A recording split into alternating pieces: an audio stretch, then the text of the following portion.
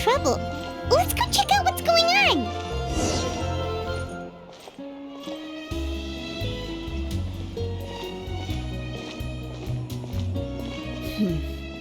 Still no dice? Not at all. And I've asked pretty much everyone in the court of Fontaine already. Lynette's ears drooped as soon as she heard that we'd have to be out and about for days on end. And Fremine, he hid himself under his helmet as soon as he realized there'd be people around that he didn't know. What about Chiori and Charlotte?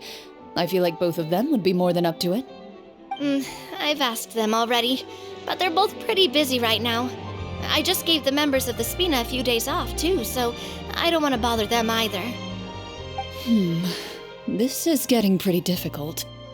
Navia, Cloran, what's up? Oh my. Well, if it isn't my dear partners. How are you all doing? Navia? Huh? Oh, you mean... Yep, this is our chance.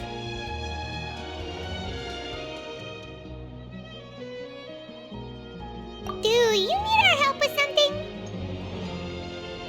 Oh, precisely. My dear partners, we've got a huge problem right now that only you can solve. Whoa, for real? Absolutely. We've already exhausted all our other options.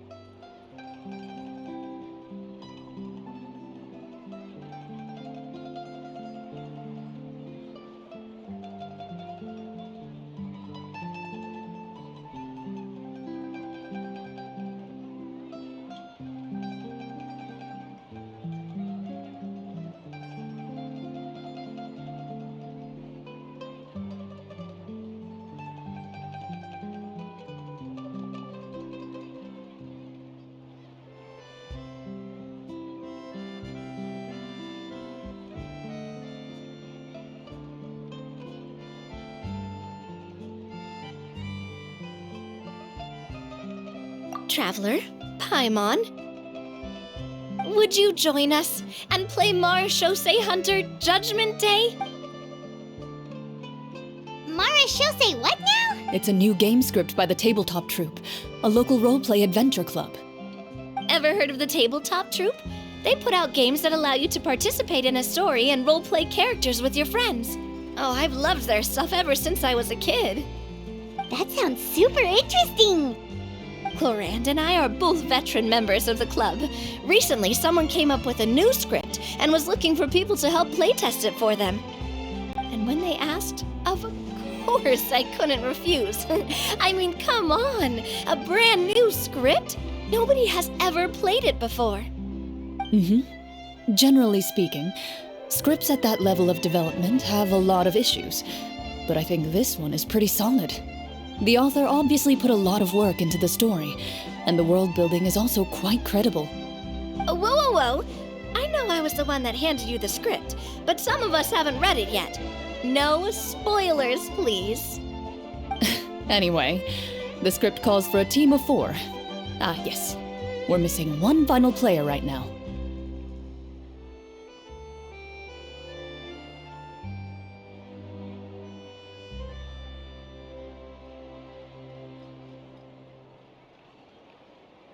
So, you're saying you'll help us out?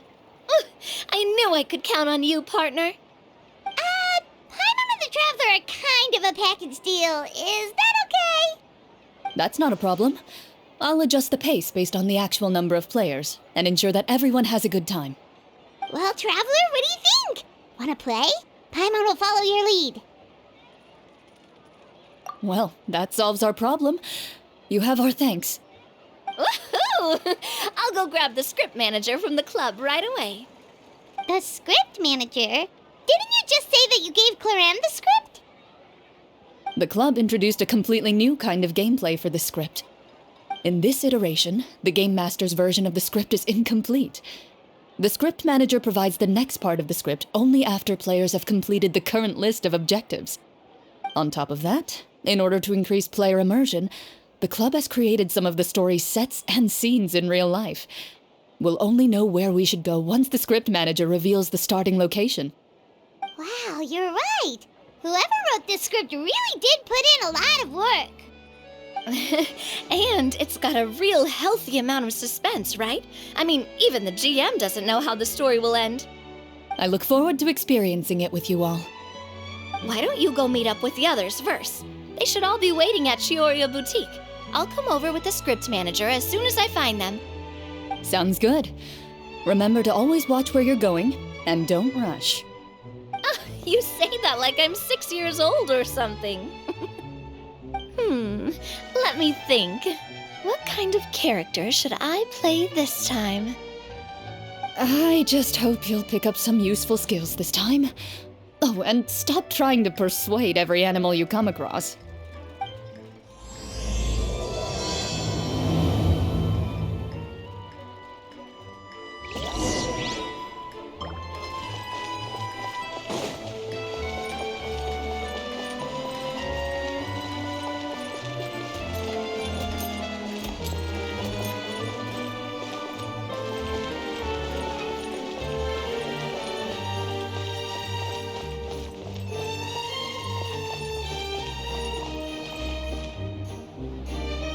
Welcome to Cheerio Boutique.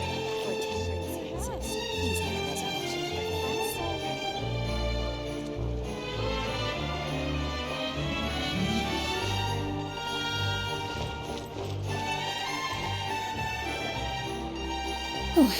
Sorry to keep you waiting. You're back! Huh? And you've got the Traveler and Paimon with you too! What a pleasant surprise. I assume you'll be joining us for the game then? Linny, Farina! Paimon didn't know you were playing too. Are you... I'm more of a casual member if anything. I haven't taken part in many formal club activities. Lynette Fremine and I play something similar at the Hotel Bouffe Tété sometimes, but I'm usually the GM. Still, I'm sure it'll be fun being a player for the first time. I'm looking forward to it. Well, I'm not a member of the club at all. Claran simply woke me up first thing this morning, said there was a good script worth experiencing, and asked if I wanted in. If you're interested, I can give you a referral. That should give you a 40% discount on membership fees. I think I'll wait to see how this experience plays out first, especially when it comes to the quality of the script. If it's sufficiently fun, then I'll join. Do you participate in a lot of tabletop troupe activities, Clarand? You could say that. She's actually one of the few senior game masters of the troupe. Right. I knew about that even when she was still my subordinate. It's nothing. Really, just a small hobby of mine. Wow. Paimon's so used to seeing you be all upstanding and intimidating as the champion duelist.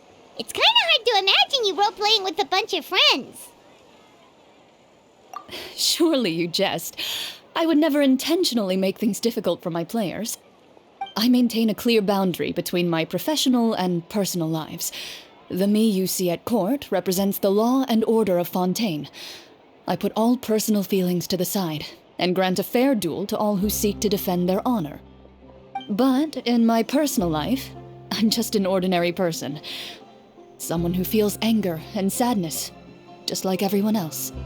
Well, you say that, but for all the time I've known you, I don't think I've ever seen you cry. I've seen you get angry, sure, but now I'm wondering whether you were actually mad or if it just looked that way from the outside. I was probably in work mode during those times. Is that so? Well, in any case, I just feel like even in your personal life, you don't get emotional very often. So you want to see me cry? That might be a little difficult. A show of anger, though, that might be something I could accomplish. No, that's not what I meant.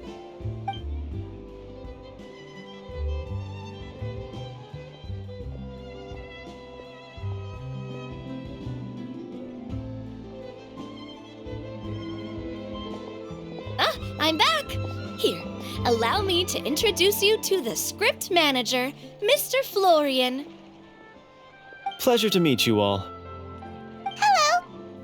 Wait, are you a champion duelist too, Mr. Florian? Oh, no. This is just the costume provided by the club. I occasionally play a few of the roles in my scripts. That sounds like a lot of work. It's nothing. It's the least we can do to give the players a more immersive experience. Anyway, allow me to give you a brief introduction of the script. This script was adapted from the real history of the Marashose hunters. You all will play the role of hunters from a bygone era and resolve a series of events unfolding in the capital. Paimon's not super familiar with the history of the Marashose hunters. Is that a problem? Oh, no problem at all. I can give you a brief rundown. So, basically, Marashose hunters were people who dedicated themselves to hunting monsters and protecting the city by using a special swordsmanship technique passed down over generations. Their story can be traced back to the ancient Remurian dynasty, as well as the first hunter, Cassiodor. But I'll leave the finer details for you to seek out and discover later. And I'll provide additional commentary as the story progresses. In that case, brave hunters, are you ready to set out on an unknown adventure? Whoa, just one sentence and it's like we're in the story already. Aha, I see many a determined gaze before me. Very well, head over to this location and begin your heroic journey. So, as we follow the story, it leads us to specific scenes? Ooh, sounds pretty innovative. What does the message in the envelope say? It's the exact location of the scene, as well as the formal permission to use the venue. Seems like they have everything prepared. Please check all your belongings, everyone, and make sure you haven't forgotten anything. Once you're ready, please follow me to the designated location. Sounds good. Hunter Squad, move out!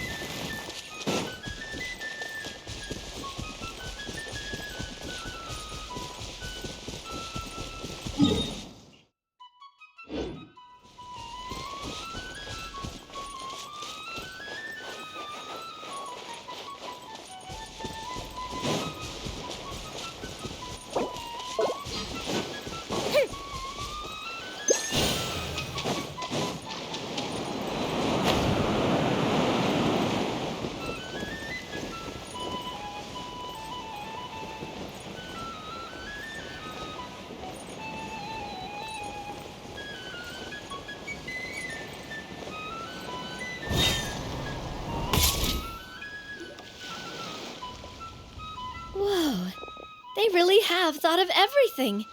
Even the phaetometer is here and ready to go for us. The phaetometer. What's that? It's a card that's used to determine action success or failure. We'll need to use it when we try to use certain skills. And what about all the dessert and tea? Is that for us as well? That's what the message said. Really? That's so nice. It feels just like a tea party with friends. Those snacks have Paimon's name written all over them. I think you might be more of a snack hunter than a Marashose hunter, Paimon. Snack Hunter Paimon reported for duty. If there are delicious snacks to be found, Paimon will track down every last one. The desserts are great. But I'm still looking forward to the story more than anything. Very fair. Then, let us begin. First, please pick up the blank character cards in front of you and write down your name and profession.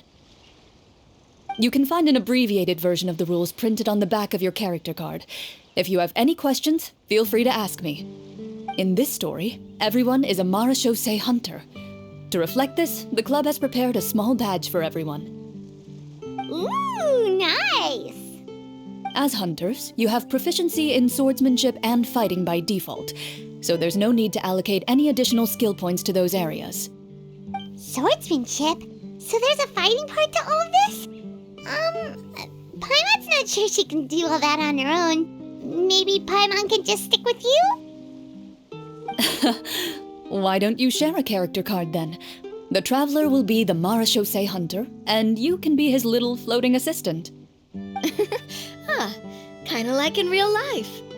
So, for the name, do I fill it out with the name of my character? Yep, it can be any name you like. You can use your real name too if you want. I do that whenever I get too lazy to think of a new name. Oh, so it would be like experiencing a different life, but still as yourself. That's not a bad idea. In that case, I think I'll continue to use the name Linny then. Next up is the skill sheet. You have a limited amount of skill points that you can use to learn a number of skills. The more points you invest in a particular skill, the easier it will be to pass associated checks. I'll take persuasion and investigation. Those are must-haves when it comes to missions like these. Oh, those skills sound like they'd be useful for gathering intelligence. Good idea, Navia. Just as expected of a veteran player. So should we also take those skills then? Not necessarily. Since we're working together as a team, we could leave the negotiations to Navia and use our skill points to pick up other useful skills. For example, I think I'll take stealth and sleight of hand. That will give us more options if we run into any situations we can't negotiate our way out of. Oh, interesting. I wasn't thinking about it like that. I suppose it's not so different from an acting troupe. Everyone has their own role to play. Let me see. I'll take arts and performance. I'm not quite sure what use they'll be, but I'm not as knowledgeable about the other skills, and I am not too confident I'd be able to roleplay them well. Well, that leaves us. What do you want to learn, Traveler?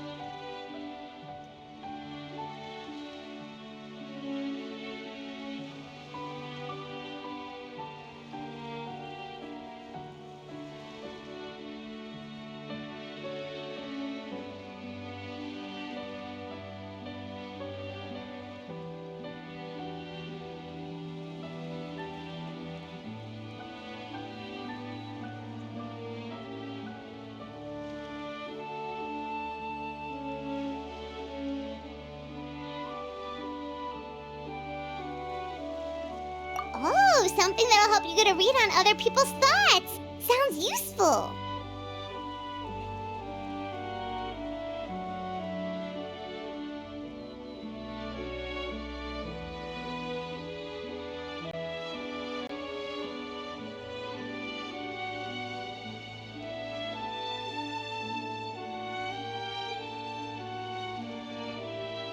Ooh, so you want to help people when they're injured. That's nice of you. So what do you think? Are you sure you want to learn these 2 skills? Sure, what do you want to learn? Ha! Gotta say, this suits you really well. Nothing boosts morale like good food. Ooh, so you want to help people when they're injured. That's nice of you. So what do you think? Are you sure you want to learn these 2 skills?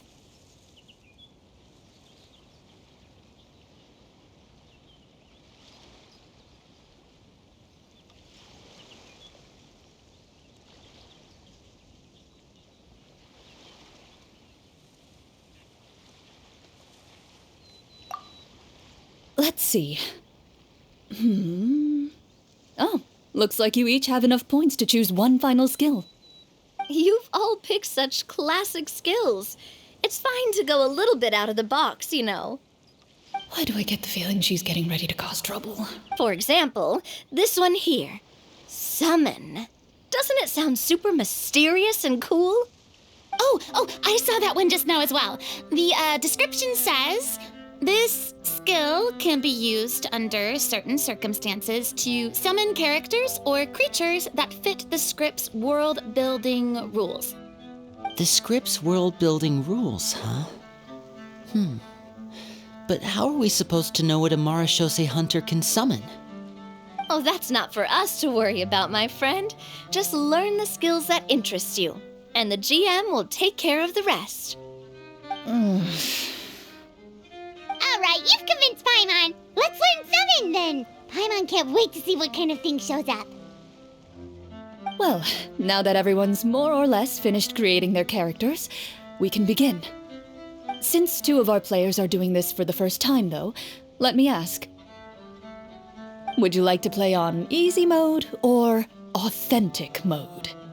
What's the difference between the 2? Well, in role-playing games, the story sometimes changes based on the decisions of... For example, if you fail a check, that means you cannot use the target skill in that scenario. A critical failure may even result in further negative consequences. If you choose to play in authentic mode, every time you elect to use a skill, you'll need to use the Fatometer to see whether you succeed or fail, and face any consequences that may follow. If you choose easy mode instead, every check will be successful by default, and you won't have to worry about luck playing a factor.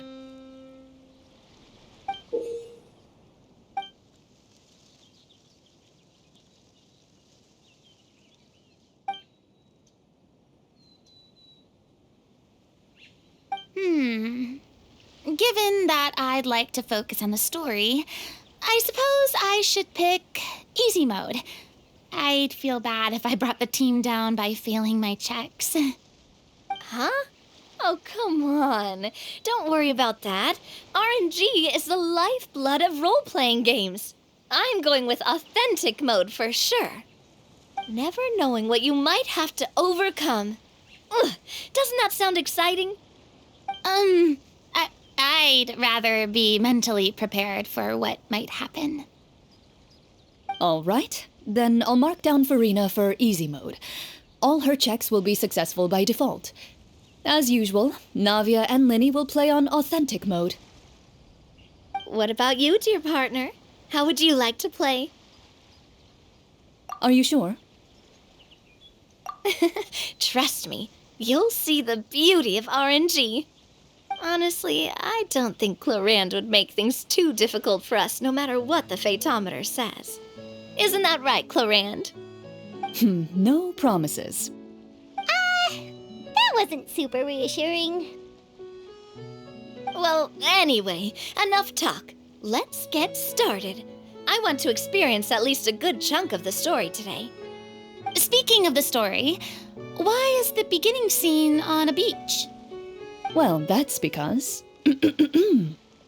a long time ago, back when human civilization was still in its infancy, powerful demons and evil sorcerers ruled over the land.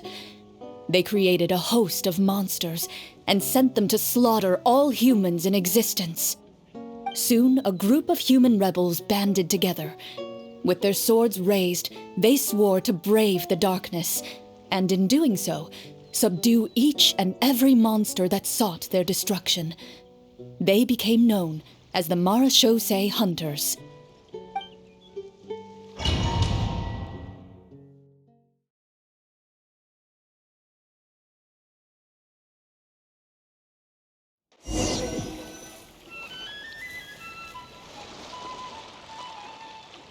Sometime later, as a member of the Marachose Hunters, you receive a commission. Following the address provided on the message, you take a boat and arrive at this strange city. As you inhale, you can taste the slightly salty air of the docks as you begin to survey your surroundings. There aren't many people in the vicinity, but you do take note of a few others who, like you, seem to be sizing up this place. Your eyes meet, and you realize these people are fellow Marachose hunters, likely led to this location after receiving the same commission as you. You're all Marachose hunters too, right? Allow me to introduce myself. The name's Navia, monster hunter by trade and helpful neighborhood businesswoman on the side. What say you to traveling together? We can help each other out on the road. Okay, count me in. My name is Linny. I've been wandering since I was little and picked up a few less than legal tricks along the way. I was adopted by a Marachose hunter and later chose to follow in his footsteps. Is this where you introduce your character to everyone? It sounds like they've done this dozens of times. My name is Farina, and, I grew up in a noble family. I always had a strong interest in performance and the arts.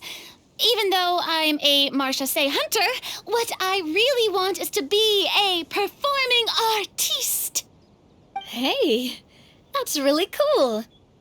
You can do it, Farina. That's exactly how it's done. Paimon is Paimon, a good friend and companion to this Marachose hunter right here. I've been studying the culinary arts since I was a child. I hope my delicious food can help boost people's spirits. That's wonderful. I'll be looking forward to your cooking during our adventures together. Well, if we're all here for the same commission, why don't we take some time to confirm what we need to do? You open your envelopes at the same time. The message reads, "To the honorable and trustworthy Marachose hunters, our kingdom is currently facing a grave crisis. The lands outside the capital have been overtaken by monsters, and our people are being led astray by forces of wickedness. We beseech you, please help us resolve this crisis and return peace and stability to our home." Huh. The layout of this city looks super familiar. It kinda reminds Paimon of Mondstadt. The scriptwriter must have used a real-world city as a reference when coming up with the map. As experienced hunters, the layout of the city reminds you of places once traveled. You recall the sight of tree-lined streets and the gentle tranquility of days gone by. Yet, as you regard the city in front of you, it appears to be little more than an empty shell. Its hollow gates are open to you, beckoning you to come forth and bring salvation back to the town. I carefully read every line of the letter and turn my attention to the signatures at the bottom. Who issued this commission to us? You see a long string of unfamiliar names. It would seem that many of the residents of the city issued this commission together. They sensed that things were not right within the kingdom and sent a distress signal to the outside world. In that case, why don't we take a walk around the city and see if we can learn anything from the local residents? Oh, good idea. We might be able to get some leads on the monsters and bad guys we're after. You look up and see a tavern nearby. It appears to be open for the day. Why don't we go check out that tavern? If the novels I've read are anything to go by, taverns are usually full of information.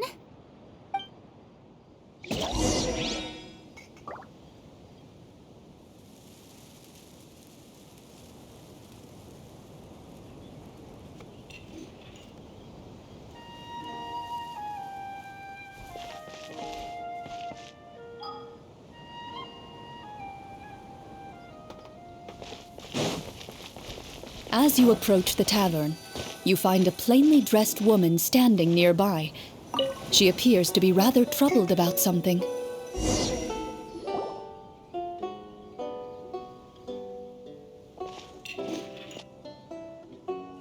Greetings, friend. Lovely weather we're having today, don't you think? Oh, hello. I suppose you're right. The weather today is quite lovely. If only those monsters out there would stop causing trouble. It seems like every character included in the script has a certain amount of useful information to offer. If we keep asking questions, we might be able to get some good leads. Oh, come now, don't be sad. Life is all about optimism. Oh, that reminds me. What did you have for breakfast this morning? Huh? I don't think that's the kind of question we're supposed to ask. Nothing turns a frown upside down like good food. How about some macarons? I could make you some. You didn't even take cooking as one of your skill proficiencies. That's not necessary, miss. Excuse me for saying this, but you don't really look like a chef. Besides, I'm not really a fan of sweets. So you're someone who barely smiles and doesn't like sweets. You're really starting to remind me of this one friend of mine. Hey! Did she just... me? Chlorianne must have broke character for a second. This isn't getting us anywhere. Traveler, maybe you can think of something. Are you sure?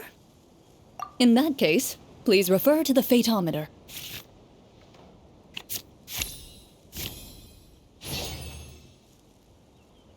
Whoa, it was a success! You remain silent as you prepare a pot and fire to use for cooking. The woman stares at you with her mouth agape as you skillfully cut the ingredients and toss them into the pot. After some time, a rich aroma begins to fill the air. Even a passing cat can't help but stop in its tracks and look up in anticipation. Please have some food. Who knows, maybe you'll feel better after eating something delicious. Whoa, that's amazing. Wait, so as long as you pass the check, you can pretty much do anything, and it won't be seen as absurd? Oh, thank you. You were right. This food really did make me feel better. So, what had you so worried earlier? Could you tell us a bit more about it? Okay, let me fill you in. A horde of monsters suddenly appeared near the capital recently, so all the guards were dispatched to fight them.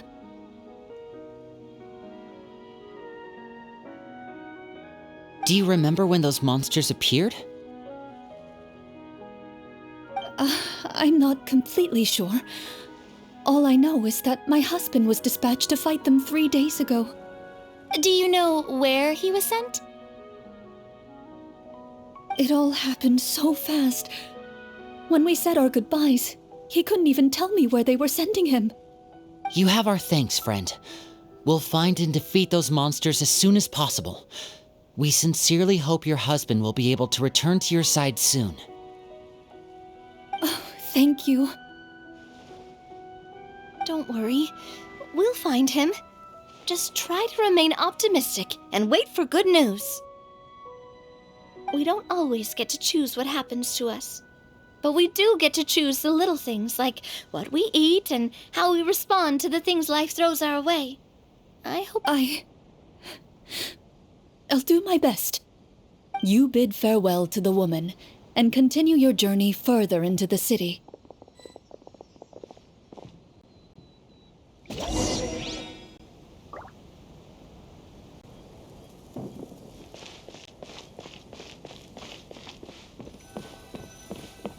As you venture further into the city, the streets appear largely empty. An elderly woman walks past. You see her shake her head as she puts away her wrinkled wallet. A nearby merchant folds his arms and gives you a disdainful look. You get the impression that he's someone who has long gotten used to the sight before him.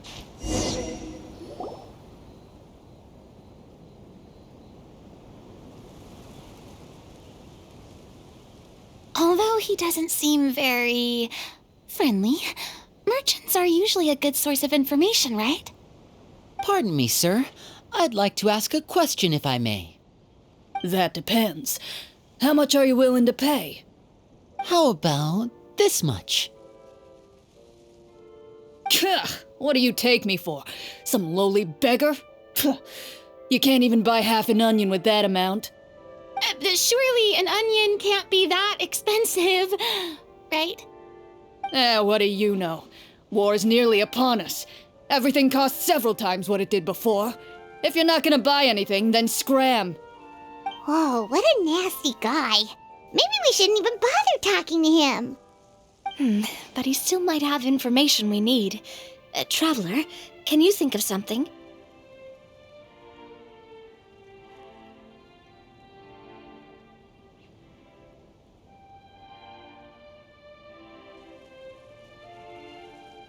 A performance? I've never played a role-playing game like this before, but even I can tell that suggestion is pretty far-fetched. Is a performance check really going to help here? Alright. Ahem. By the harbor's grace, a lone boat lies in rest. Let the moon give chase, for here begins our quest. In the dark of shadow, our heroes seek to find where creatures born of evil weave their grand design. Blocked the road does stand, such is our hunter's plight. Yet with sword and courage in hand, they march forth to pierce the night.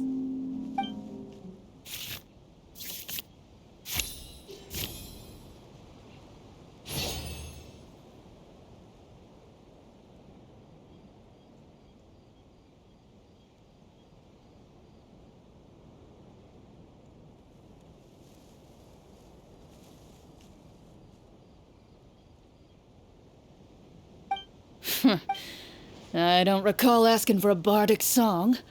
Don't expect me to give you any coin. But if you meant what you sang, and you are indeed some kind of hunter, then by all means, please, go out and kill those monsters for us. Those monsters are camped outside the city, and they've been destroying all our trade routes. We have limited reserves within the city, so if this continues, we're all gonna be in big trouble. Wait, you're saying no one has put a plan in place to distribute supplies or maintain order? We could all starve and those nobles in the palace wouldn't even break a sweat. Who knows? Maybe they've been in cahoots with the monsters all along. That is concerning. Yeah, all right, I think I've said more than enough. Be on your way now. Got it. Thank you, sir. Don't mind him, Farina. He just doesn't have enough taste to appreciate your art. No. I was just thinking about how those nobles must be so cold-hearted. It's like they don't care about their people at all.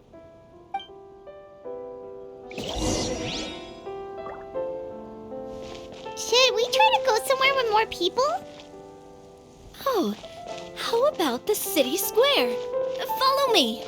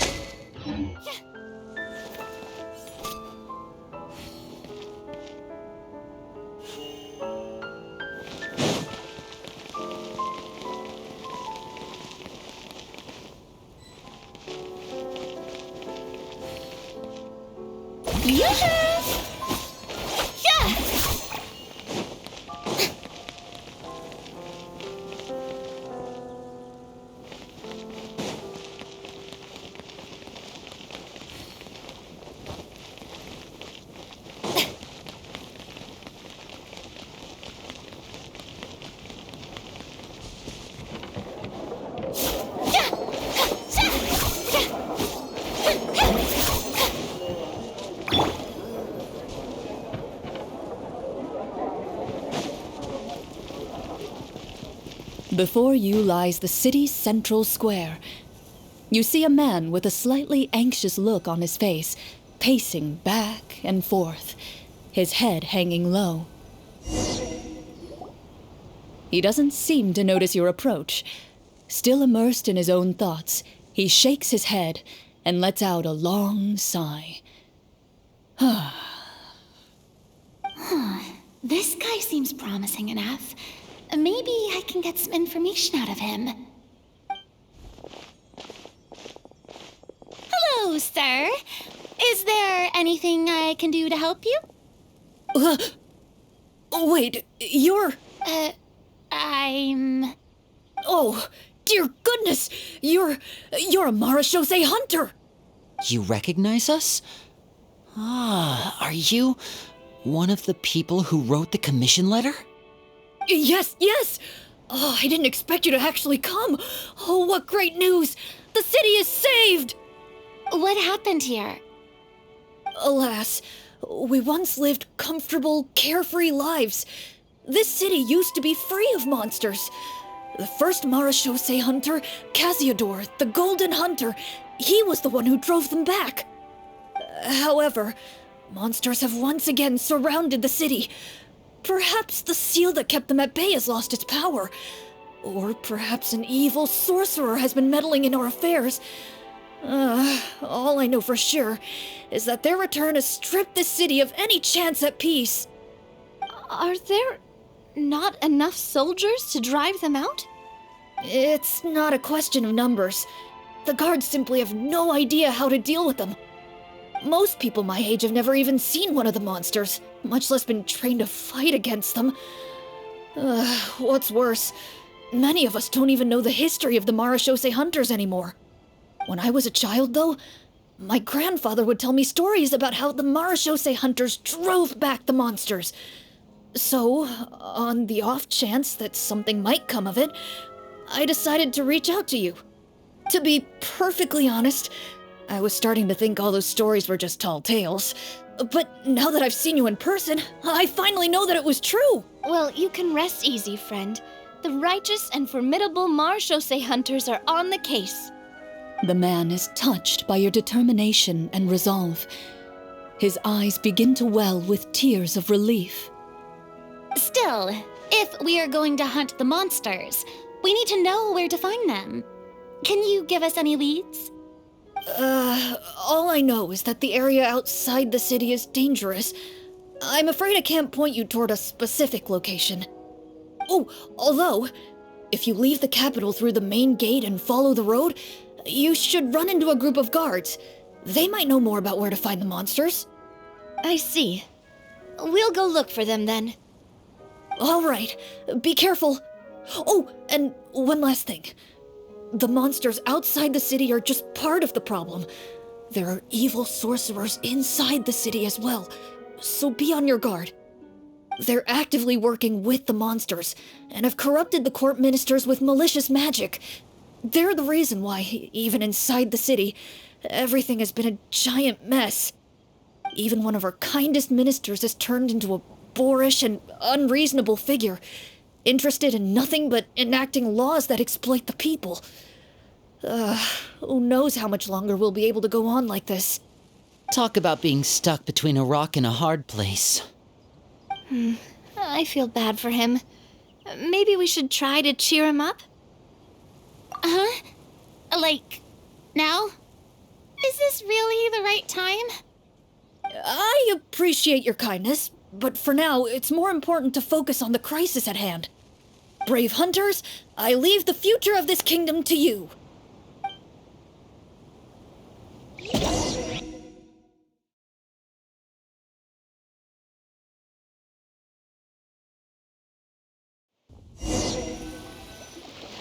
If I understood correctly, there are currently 2 problems in the kingdom that need solving, right? Exactly. We need to defeat the monsters outside the city and take down the evil sorcerer stirring up trouble from within. But which problem should we tackle first? Well, this seems like a good moment for a break. Take some time and discuss what you want to do. Let me know when you've made your decision. I really didn't expect the people in the city to keep us at arm's length like that. I totally thought the hunters would be treated like heroes. Well, Clarence said the script took cues from the real history of Fontaine, right? Maybe the real-life Marashosei hunters were also treated like that. I wouldn't say it's a perfect representation of history, but there are definitely some similarities. Would you like to hear more about it? Sure. As long as it doesn't spoil anything in the script. You've brought up bits and pieces of the hunter's history before, but it was all in passing. Paimon wants to know too! The hunters were super powerful, right? Were they all from a special line of supernatural beings or something? Kind of like the yokai in Inazuma? No. All Marashosei hunters were ordinary mortal fighters. The only thing that set them apart were the special sword techniques passed down over the centuries. Huh? So you mean anyone could become a Marashosei hunter? In theory, yes. All you would need to do is survive the rigorous training and master the swordsmanship techniques required to fight the monsters. Still, most people dropped out at the early stages, and others called it quits the minute they saw a monster in person. To become a hunter, you must be strong in both body and mind. What kind of monsters did the hunters fight exactly?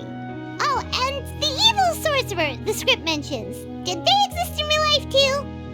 The land of Fontaine once played host to an ancient dynasty known as Remuria. After that dynasty fell, monsters began to appear, intent on obstructing humans from establishing a new social order. One of the ancient sorcerers of Remuria used his power to assemble a formidable army of golems. He sought to use that force to establish himself as king. Now, wait a second. Don't tell me that guy was the inspiration for the evil sorcerer in the script. We still haven't found any in-game information on him yet. So, why don't you talk about someone else for now? Well, I wasn't planning on going into anything you might be able to find out in the game.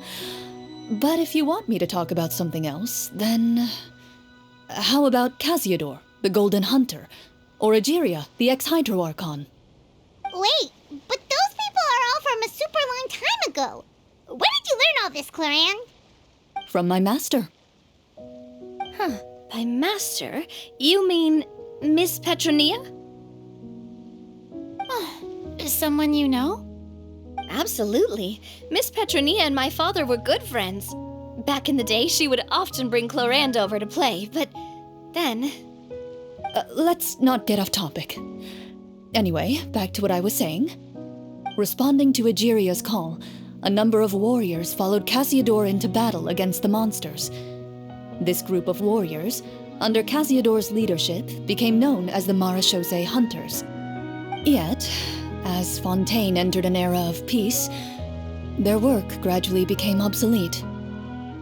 The Marashosei Phantom, originally an association made up of hunters, eventually came to be predominantly comprised of Melusines. Ah, I see. That explains why most of the people in the script have forgotten the hunters or think of them as nothing more than a legend. Is that really a bad thing, though? It can get tough always being the one shouldering everyone's expectations.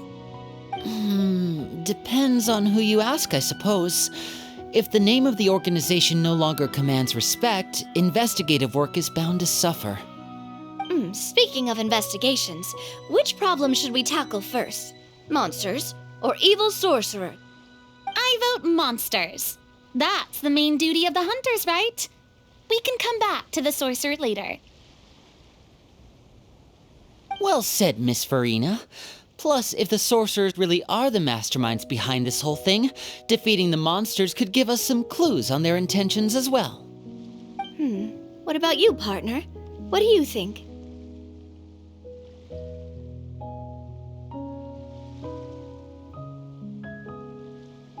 It's decided then. All right. After some discussion, you decide to turn around and head out of the city.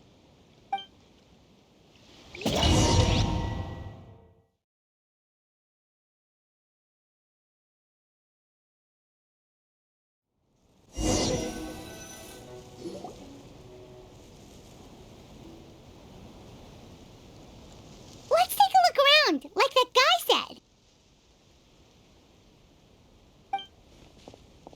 You there! Outsiders, halt! What? Who's there? An armored man approaches you. He has a tall, muscular build and a determined expression in his eyes.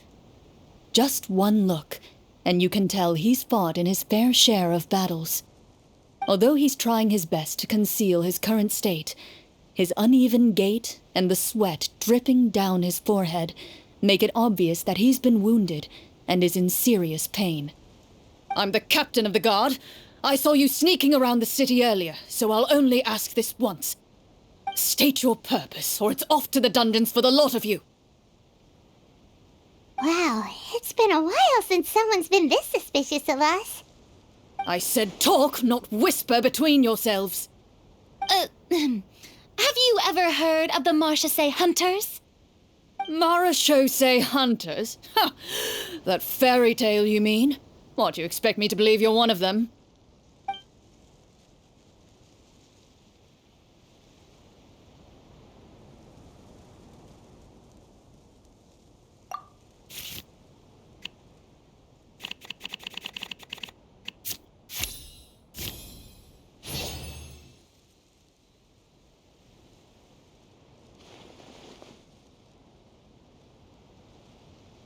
Using your knowledge of medicine, you're able to deduce that the injury on his calf was a monster's doing, and the wound has already begun to fester. As you check him over, he looks at you with suspicion and retracts his injured leg further back. I'm a doctor by trade. Please, let me redress your wound. You don't have to suffer like this.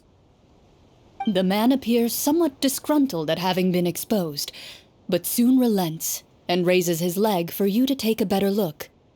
He allows you to apply a poultice of specialized medicine to the wound, and it appears to bring him much relief.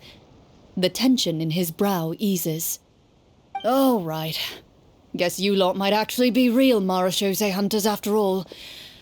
In any case, you've successfully treated my wound. So, what do you want to know?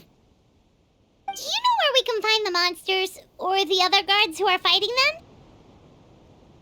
He informs you of the various locations where monsters have appeared. He looks in that general direction with a pained gaze, as if a thin, invisible thread is pulling on his wound. Some of our new recruits have never even dealt with a petty thief, and now they're out there fighting monsters. If it weren't for this cursed leg. Oh, please, sir.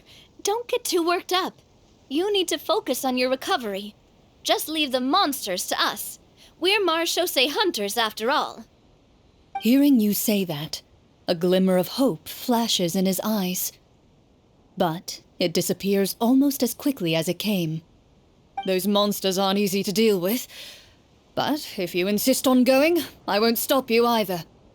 I just hope all the guards will be able to come back to their families alive. I wish you the best of luck.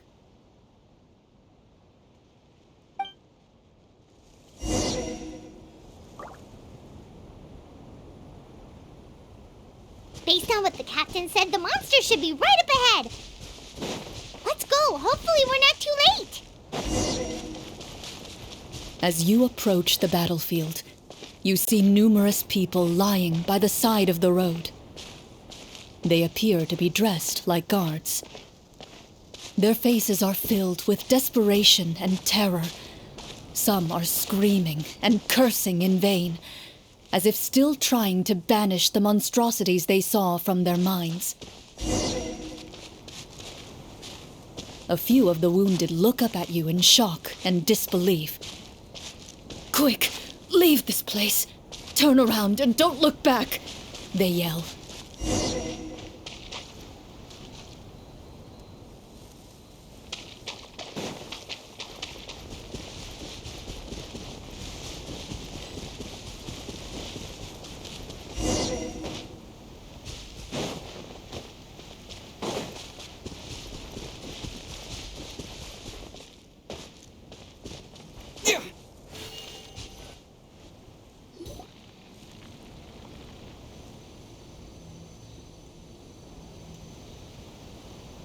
This is the place he mentioned, right? You see broken iron swords scattered all around you, and downed trees riddled with terrifying claw marks. All the signs point to one thing. A truly devastating battle just took place here. Be on your guard, everyone. The monsters might still be around. Before you can finish your sentence, you hear rustling sounds from the surrounding bushes. The monsters have emerged. They close in on you without fear. You get the impression that, in their bloodthirsty eyes, you're just another meal for them to devour. Ah! A little help here! This thing wants to eat Paimon! Your battle round begins now.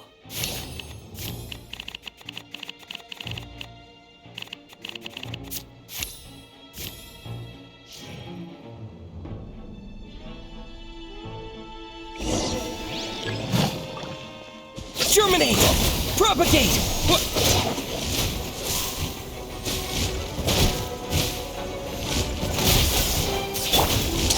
A round of applause! Oh.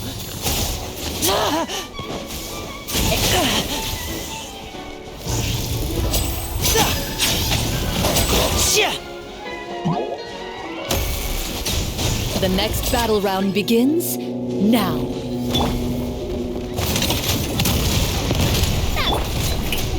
Let the world collide!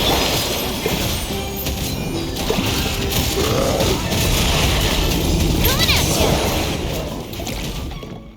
The monsters let out a terrifying roar of anger and resentment before dissipating into thin. Oh, thank goodness it's over. We're lucky the Marashose Hunter class came with all those preset skill points. Otherwise, we would have been in some real trouble.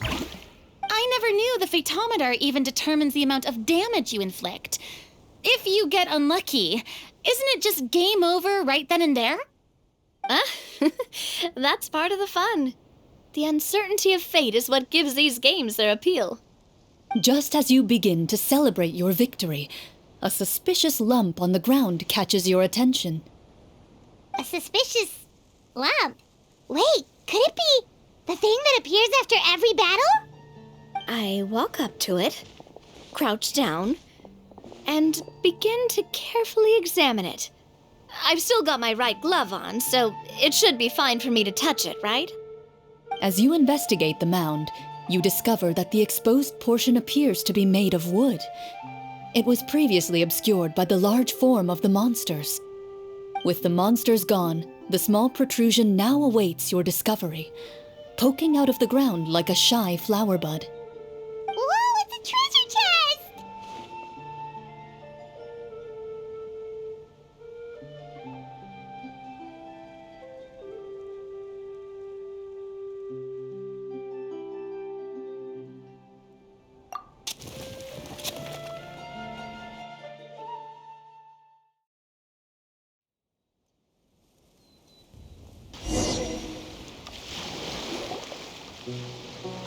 With everyone's help, you successfully excavate the wooden chest from the ground.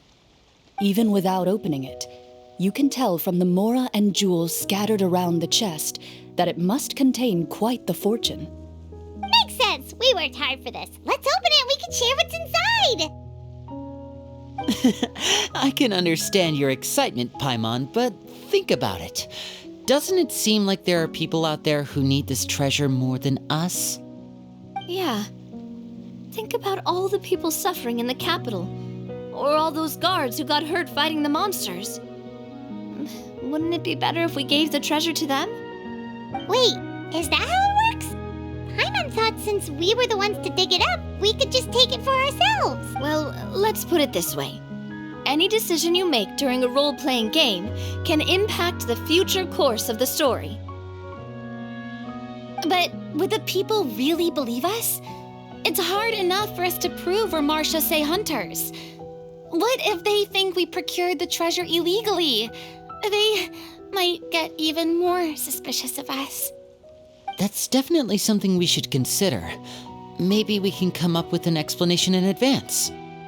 Well, if donating it could cause that much trouble, why don't we use it to buy some gear and fill up on good food? Then we'll be ready to fight even more bad guys. Looks like you're facing a difficult choice once again. Well, it's getting late. Why don't we call it a day for now? Wow, where did the time go? I'm not sure if it's because I'm having so much fun with you all or because the story is particularly enticing, but I feel like I could almost keep going. Here, here. Ooh, how about we play through the night? I'm not sure I'll have enough energy for that. Yeah, that won't work for me either. Lynette will give me an earful if I get home too late. I understand how you feel, Navia, but we have to change venues for the next part of the story anyway. Huh? Another location? There's a special note for the GM at the end of this section that says to proceed to an indoor set for the next part of the script. Whoa, they really pulled out all the stops for this new script. Well, even if we end the game for the day, we can still stay a little longer and hear Cloran finish her story, right? Paimon wants to hear more about the history of the hunters. Something tells me you just want to finish the free desserts before we break for the day. That's just a coincidence, okay? Besides, to Paimon, not finishing free food feels even worse than having to buy her own. And anyway, Paimon really does want to hear more about Cloran's master. Well,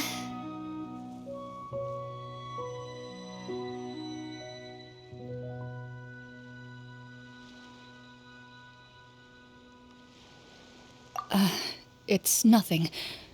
I appreciate the concern, but it's all in the past. It won't do any harm to share these things now.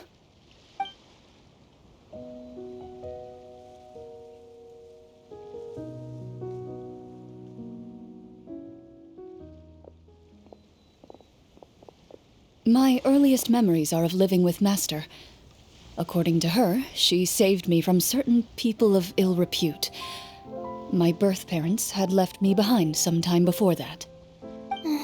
What a heavy beginning for a life story. Master was a fascinating individual, if inexperienced in the ways of raising children. My first ever toy was a short sword, although I suppose it wasn't so much a toy as something Master removed from her waist and handed to a noisy child in need of distraction. Oh, wait, so she handed an actual sword to a child? Isn't that dangerous? Did you hurt yourself? Of course I did. I cut my palm and bled quite a lot. But Master was not concerned. She just stood there and casually lectured me about it. See, that's what you get for not holding the sword properly, she told me. She then crouched down next to me and said, "Give me your hand. I'll teach you to bandage this wound. After that, it's time to learn how to truly hold a blade." Excuse me for asking this, Clorand, but how old were you exactly when all this happened? Probably around, 3, give or take. 3? Isn't that when most kids are still struggling to hold a fork? As I said, Master was rather inexperienced in the ways of raising children. She believed trial and error was the best way to teach a child what they're capable of. I'm not so sure this is a question of experience. I didn't see anything wrong with her ways at the time. And anyway, children don't get to choose how they're raised. Oh, she did bring me back a pet from Liyue once. It was a Geovishap hatchling. A Geovishap hatchling? For a pet? That seems even more dangerous. What she said was this: make sure to get along, you two. If you really can't agree on something, just settle it with a fight. Whoever loses is the real pet. And how old were you when this happened? 5. Well, did she win? No, I lost. So you're saying you actually became the Geovishap's pet? Yes, but only for a week. By the end of that week, I defeated it in combat, and we've shared a cordial relationship ever since. That really doesn't sound like the kind of childhood someone should have. Later on, I gradually understood that Master most likely didn't know any other way to raise a child. She was a marechaussee hunter, but I never heard her bring up her own parents. Thanks to her, I learned how to navigate the forest by the age of 6, and could hunt monsters in the wild by myself the year after that. Even though the training she subjected me to was strict, she always made sure to take me traveling when she had the time. We met many of her friends during those days. That was also how I met Mr. Callis and his family. I still remember the first time we met. You were too scared to join our picnic and hid behind Miss Petronia the whole time. I still hadn't really met many children my age at that time, so I didn't know how to interact with others. After that, though, you started coming over a lot. You loved challenging people to shooting competitions, remember? I don't think many members of the Spina ever beat you in one of those. I had a lot of fun during those days. I enjoyed them too. Oh, do you remember that one time we went exploring around the Spina together? We overheard Papa call your master Fontaine's Protector of Justice. We tried to pretend like we never heard anything, but you nearly let it slip that one time.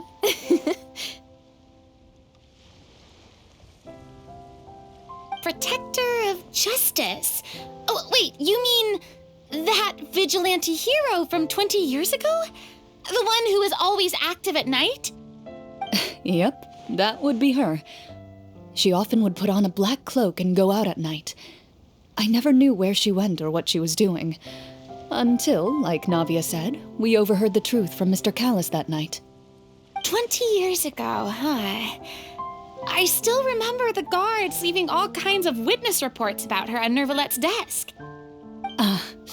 My apologies. Oh, there's no need to apologize. You had nothing to do with it. And anyway, everything she did was for a good cause. Although, calling herself the Protector of Order was a bit much, especially when she deliberately operated outside the law. Huh? When did the Protector of Justice become the Protector of Order? Oh, she had a bunch of code names. I heard she would just come up with a name on the spot whenever she was asked. Later on, she probably got sick of answering those questions and decided to stick to just 2. The Protector of Justice and the Protector of Order. That sounds like her, all right. I bet she forgot which of the 2 she'd use by the time she got back each night. Well, she certainly sounds like a fascinating individual. With her strong sense of justice, it's no surprise her student followed in her footsteps. It's true. I always wanted to become like her. Someone powerful, independent, and with a strong sense of conviction. But she suddenly disappeared the night I turned 10 years old. Disappeared? What happened? I have no idea. She didn't even leave a note. I was never able to find out where she went. That night, I was celebrating my birthday at Navia's house, but Master never came to pick me up. When I returned home on my own, it was to an empty house. When she still didn't appear after a few days, I went to Mr. Callis's house to ask about her whereabouts, but he only shook his head. Papa probably didn't know either. I know he sent a few people to investigate the matter in secret, but they never found any credible leads. Don't worry, I understand. To be perfectly honest, given Master's personality and way of doing things, it all made a lot of sense. If I had to guess, I'd say she probably used it as an opportunity to force me to become independent. Just like how, when a litter of kittens reaches a certain age, the mother willingly leaves them behind. Were you upset, Clorinde?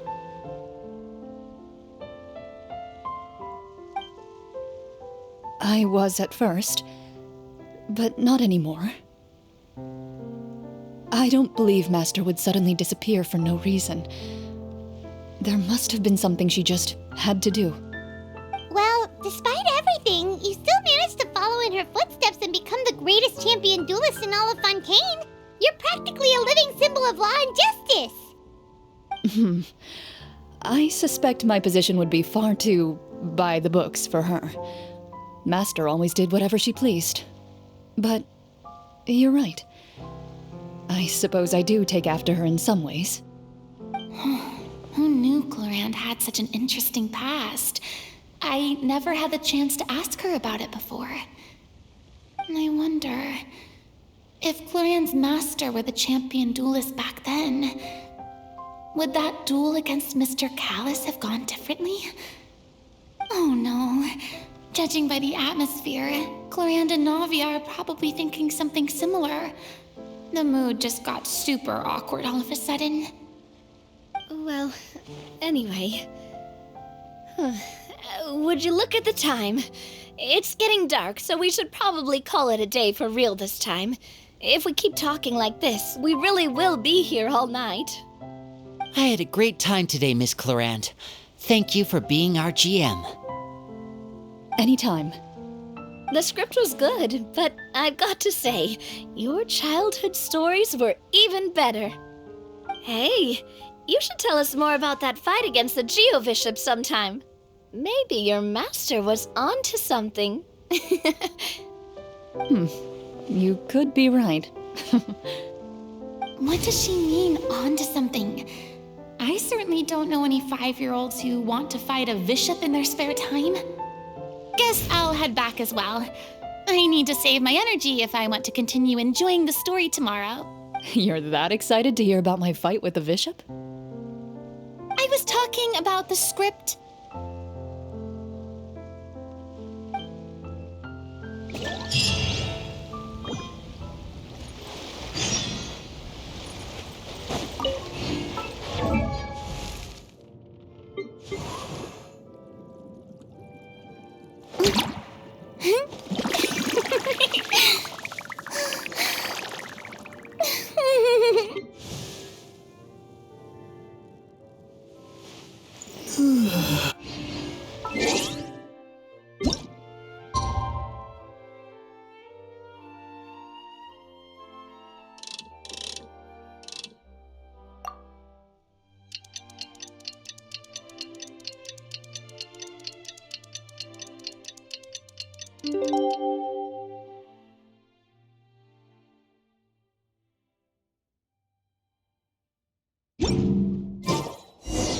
Let's go meet up with the group!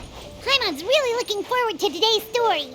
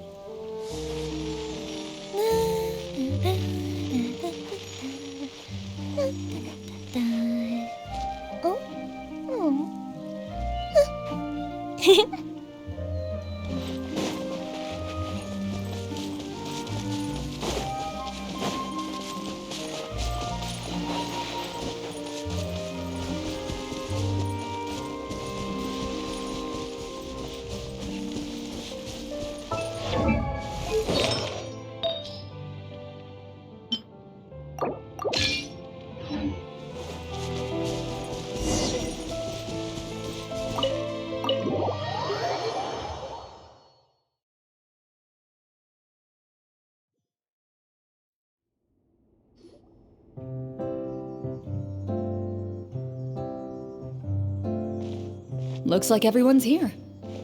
Now, before we begin, why don't we finish where we left off yesterday? There was an important decision to be made, yes? I'll pour everyone a cup of tea. Is that really the most important part, though, Clorand? Paimon's more concerned about our current surroundings. Heavy walls, cold railings, dim lights. This is obviously supposed to be a prison. I admire the work put into the set. Still, it's obvious the scriptwriter has never paid a visit to the fortress of Meripede. So this set is going to be a part of the script? Unfortunately, that is something I can neither confirm nor deny. Anyone think Cloran's smile is starting to look kinda scary?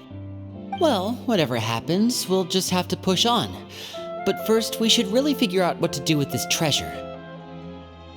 If we're worried about arousing suspicion because of our identity, why don't we give ourselves a different name, just like Cloran's master did? Yeah, it might be better to keep a low profile. As long as we're helping people, it doesn't matter who we are or what we're called. Staring at me won't get you anywhere. Or did you want some more tea? Oh, Paimon's good. Thanks. Why aren't you saying anything, Navia? Wait, what's that next to you? Oh, this is the short sword Cloran mentioned last night. I found it. Huh. I'm surprised you managed to track it down after all this time. Well, I made sure to take good care of it, considering the circumstances in which you gave it to me. Of course I had to keep it safe. Anyway, where were we? Oh, right. I was just thinking about all the potential ways for us to break out of prison. We could dig a tunnel, or try to bribe the guards. Wait, we haven't been thrown into prison yet, have we? Well, it's only a matter of time. It pays to be prepared. Just like how you should always have an umbrella on hand, even when it's sunny. All right, Paimon's made up her mind. Let's just give the treasure away. Paimon may have wanted to keep it, but if it's going to land us in prison somehow, Paimon will be too upset to enjoy her snacks. So, you reached an agreement? All right then, we can continue with the story. Oh, and we'll collect all the scattered pieces of treasure on the ground as well. All right. You collect the treasure and make your way back to the capital with your bag of loot in hand.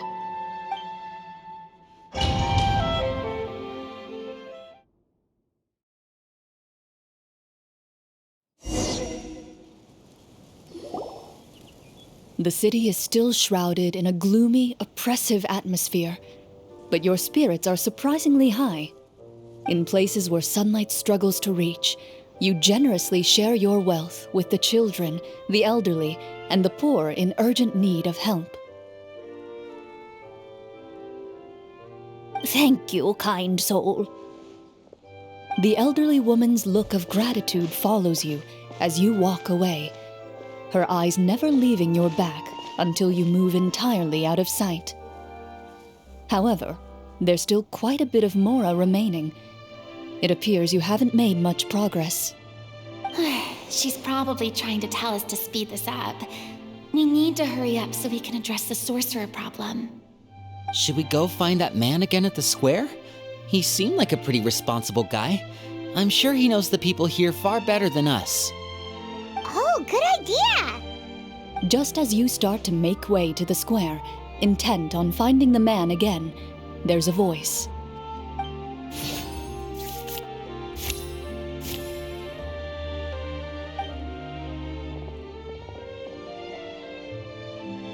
Please wait, distinguished guests. Several strange guards suddenly call out to you. They run forward to meet you and proceed to politely pay their respects. Greetings, gentlemen. Are we being invited for afternoon tea? Surely you jest, my lady. That would not be our place. It is His Excellency the King who requests to meet with you. Please come with us.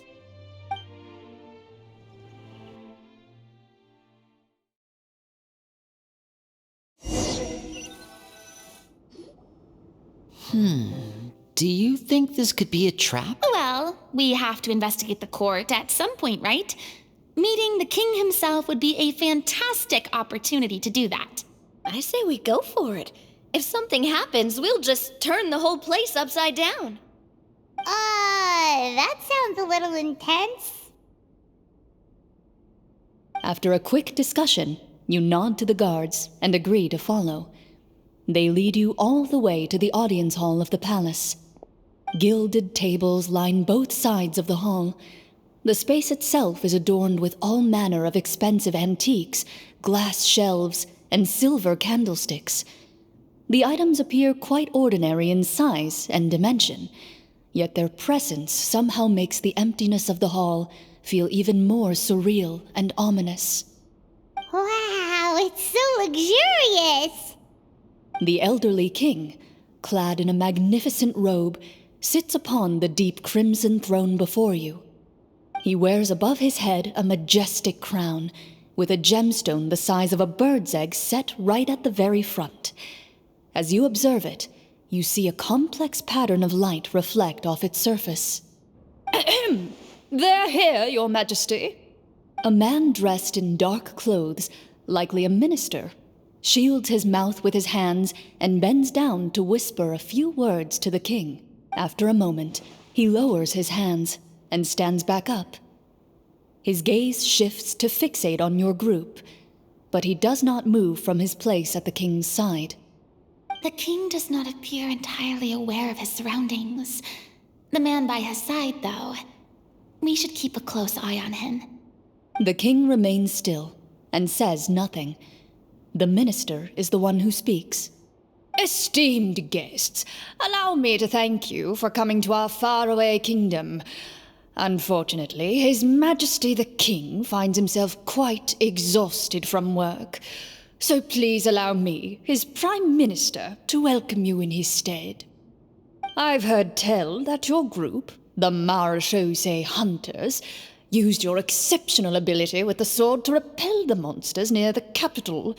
Such a great deed. However, seeing that I was not fortunate enough to observe such a feat with my own eyes, you'll forgive me for seeking to verify the truth by speaking to you myself.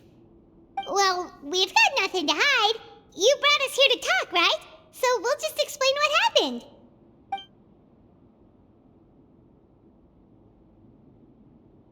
The golem's blades were so powerful, they could cut down trees in a single swipe. It took a lot of effort to defeat them, even for trained swordsmen like us. Well, that was enough details, right? Believe us now? Your account does indeed match those of the survivors. Since you were the ones who defeated the monsters, that must mean you are also in possession of the treasure they stole?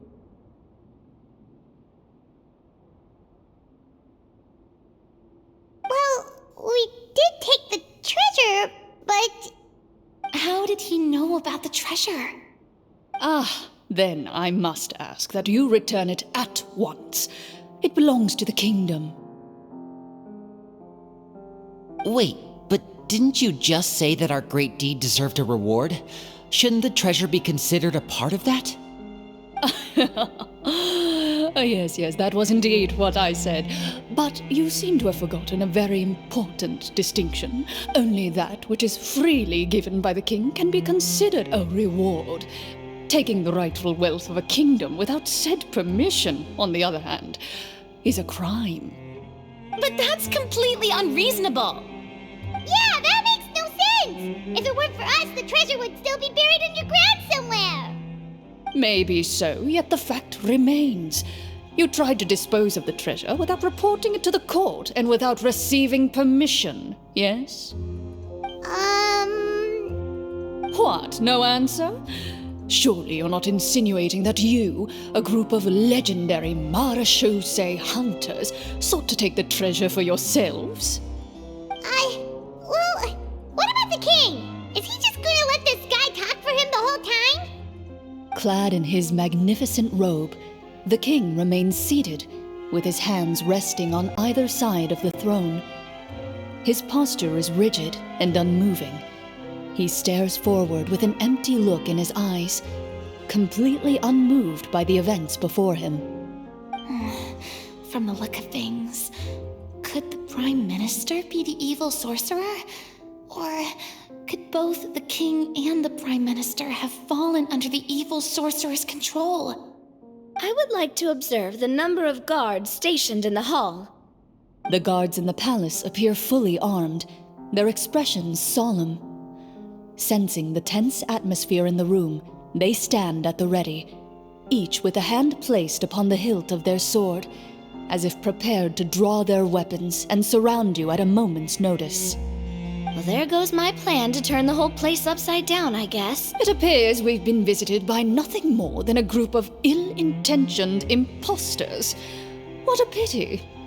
Guards, take them away and throw them in the dungeons. Before I decide your fate, however, I must first determine whether you have any accomplices outside the court. Can't we try to slip away? Or maybe start some kind of riot? But if we try to fight the guards right now... Don't worry. At least we figured out who's behind all this. Let's just play it by ear. If you're scared, Paimon, just hold my hand.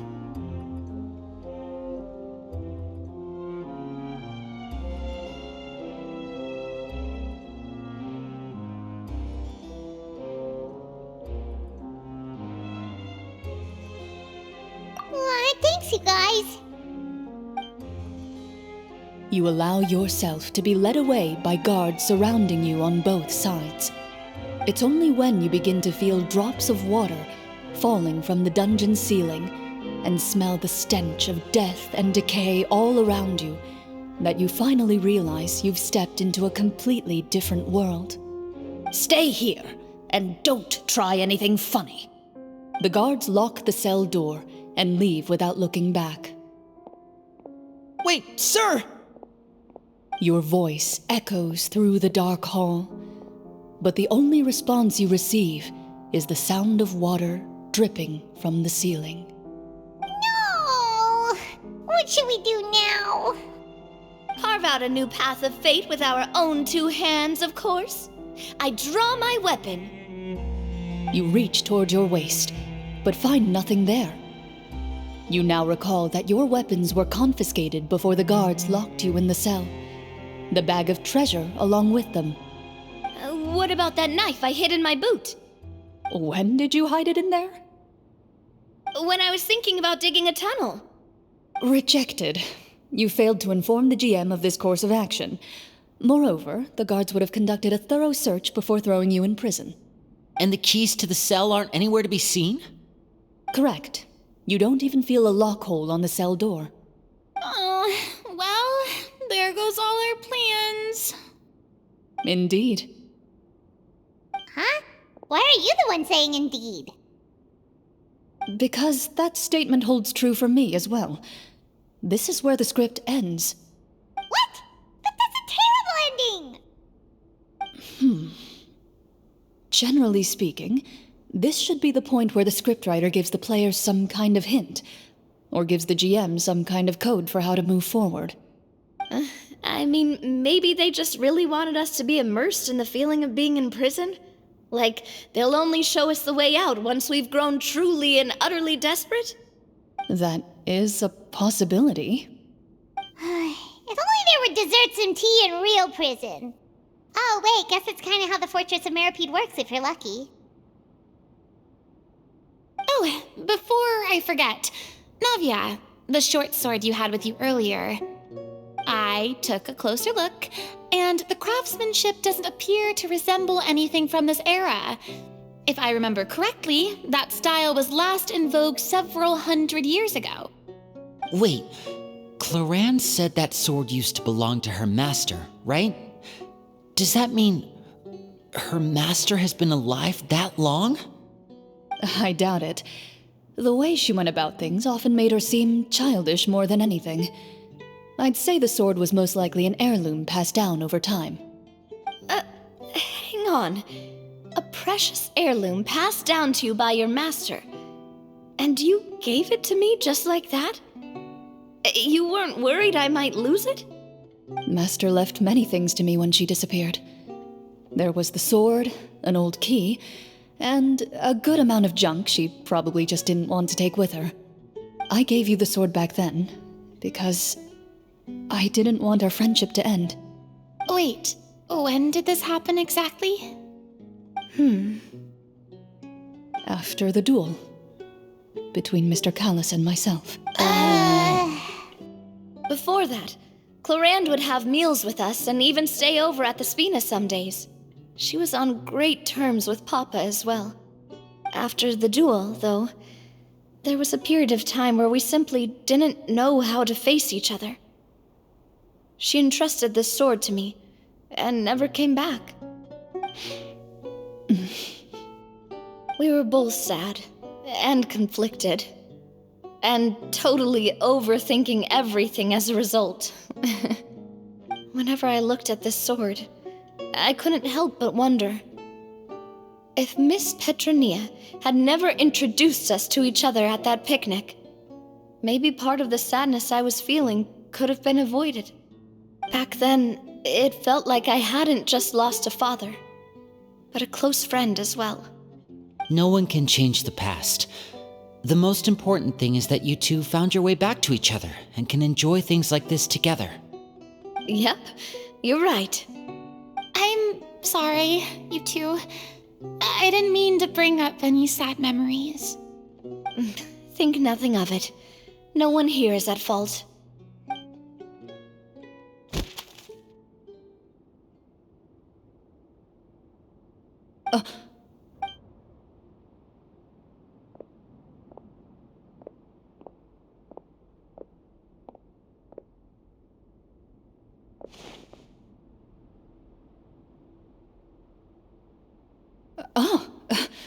Looks like the next part of our script is here.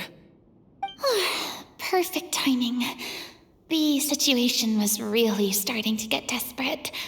And not just because of the prison thing. From Claren's face, Paimon really can't tell if it's good news or bad news.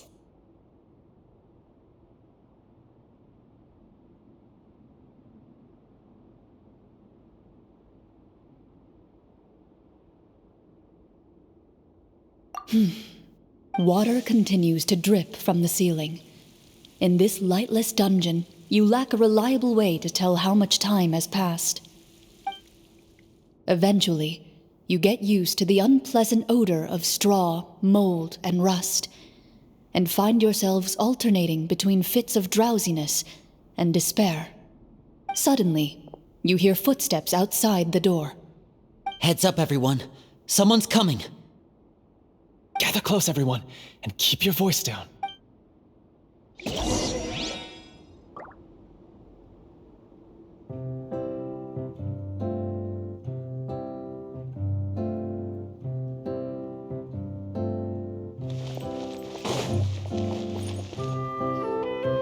Who are you? I work as a guard in these dungeons, but my true identity is the same as your own. I'm also a Marashose hunter. Huh? Shh! I've already sent away the other guards, but if we make too much noise... I understand, but how can we be sure we can trust you? The king has issued a formal decree. In light of the irrefutable proof of your crime, you're to be executed before tomorrow's sunrise. If you want to escape, it has to be now. Executed? We barely did anything! Monsters appearing at the same location as the treasure. Could this entire thing have been a trap?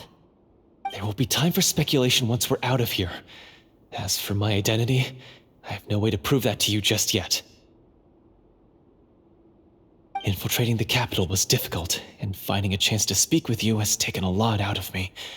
I could go on, but I think we can all agree that now is not the time for details.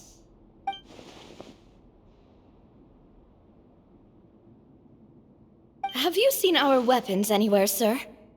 Don't worry, I brought them with me. They're just behind the door. Still, these weapons alone won't be enough to defeat the true enemy behind the scenes. His faction is too powerful. The guards are all under his control, and he's even stationed a number of golems in various rooms throughout the palace. To defeat him, you must find a secret vault.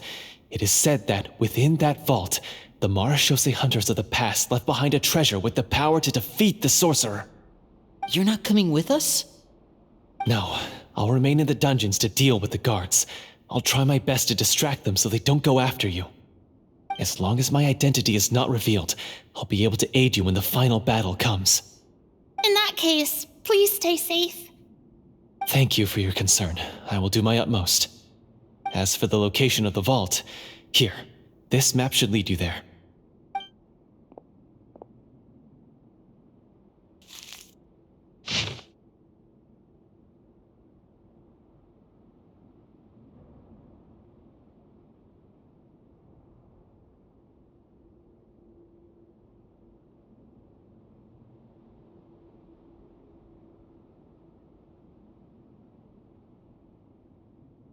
Got it. All right, once I open the door, remember to stick close and refrain from making any noise. I'll lead you out of here as quickly as possible. You now have the chance to restore the honor and legacy of the Mara Shosei Hunters, so please, get out there and reclaim what's ours. And be sure to exercise caution. With the help of the guard, you successfully escape the dungeons. Your sense of despair and anxiety both seem to fade as you continue your quest.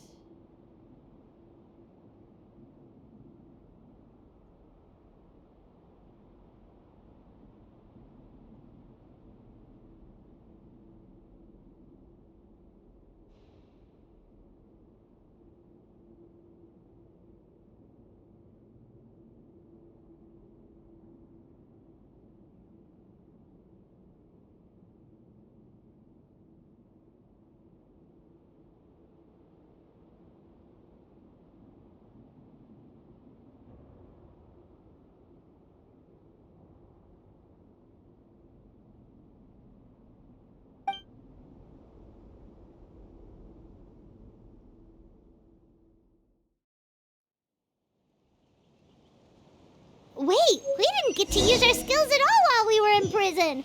Who knows when we're gonna get the chance to use that cool summon spell? That is a pity, but we can only continue to move forward.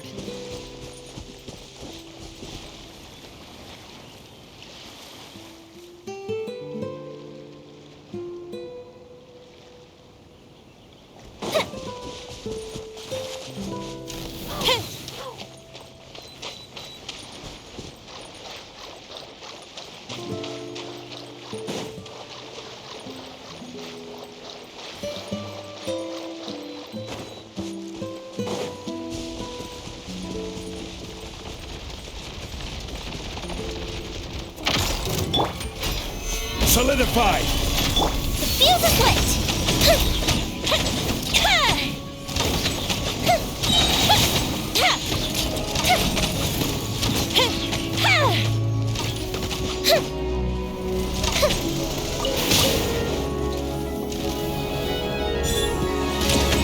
Time for a light show.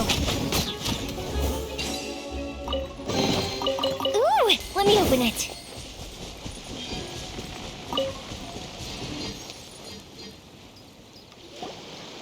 This should be the place marked on the map. This bit of rock certainly looks suspicious. Well, I'd say an investigation's in order then. Plus, if all else fails, we can just blow it up. Wow, you really meant that!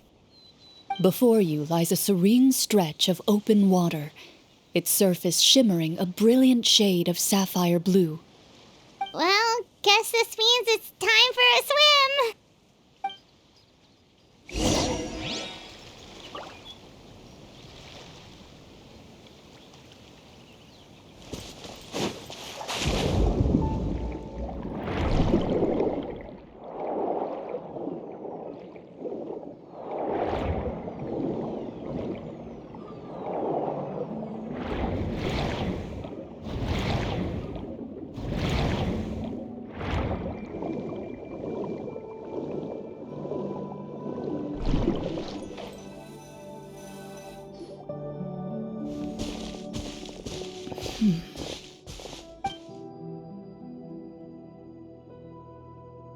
Oh, what's the matter?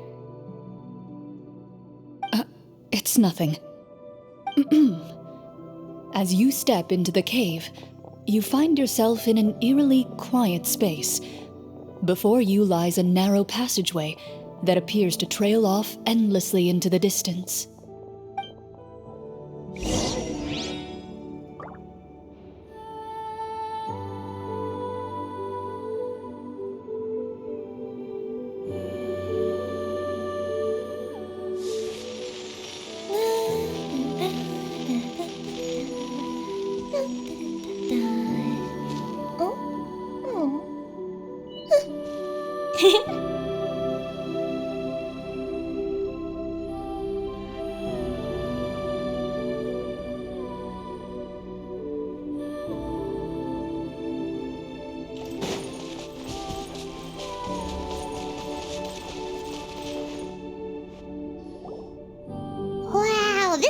where the treasure is hidden.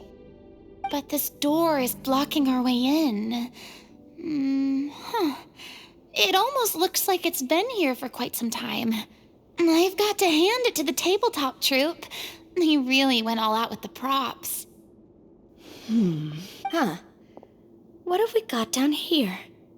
A kind of mechanism connected to the door? It looks like we might have to arrange it into a certain pattern. A pattern on a stone door. That's something Master mentioned before. Is something wrong, Clarant? After a long, difficult journey, you finally arrive at the location indicated by your map. It appears to be an ancient site of some sort, where treasure likely awaits. Your surroundings are exceedingly quiet and serene, as if the secret that slumbers here has never once been disturbed. If you listen closely, you can almost convince yourself you can hear the sound of its calm, gentle breathing. That description makes Paimon feel kinda bad for disturbing this place. We're doing this for the sake of the people, to free them from the evil sorcerer. I say it's time for this treasure to once again see the light of day. Linny's right. We need to keep going. The future of the kingdom depends on it. The next part of the story requires us to solve the puzzle, right? Let's start exploring the area.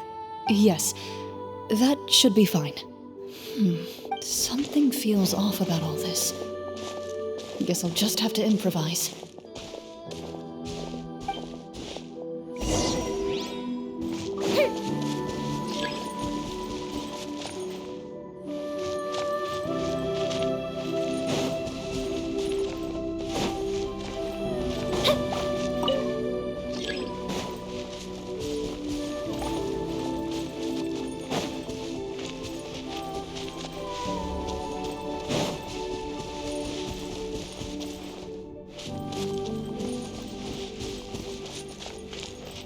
I found something! Found something here, too.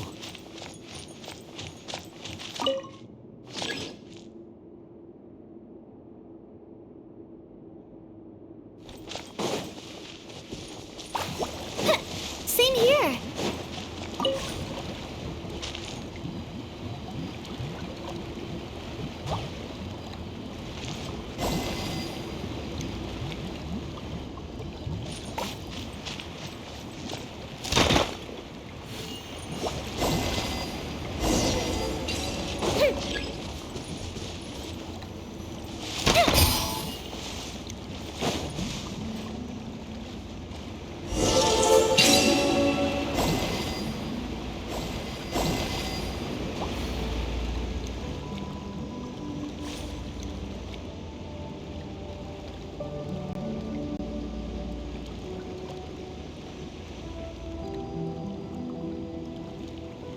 If we've got nothing else to do, why don't I tell you a story?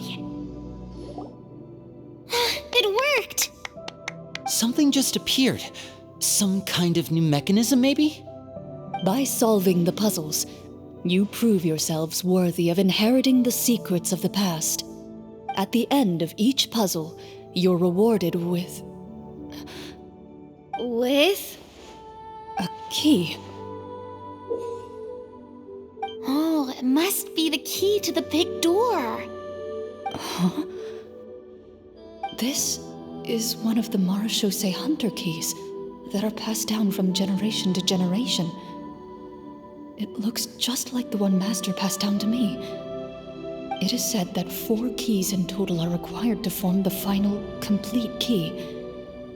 And it seems like we just collected 3 of them. That must mean... Huh? What's wrong? You hear a few strange noises. Suddenly, all the torches in the ruin go out at once. Huh? What's going on? Did we fall into another trap? For the sake of immersion, please close your eyes, everyone. Without the torches, the space is now completely dark, and you cannot see anything.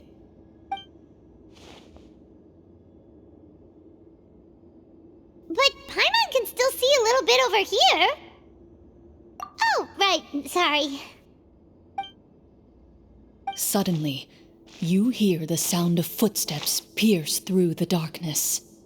There's someone else here? Oh, this is so unsettling. I can't see anything.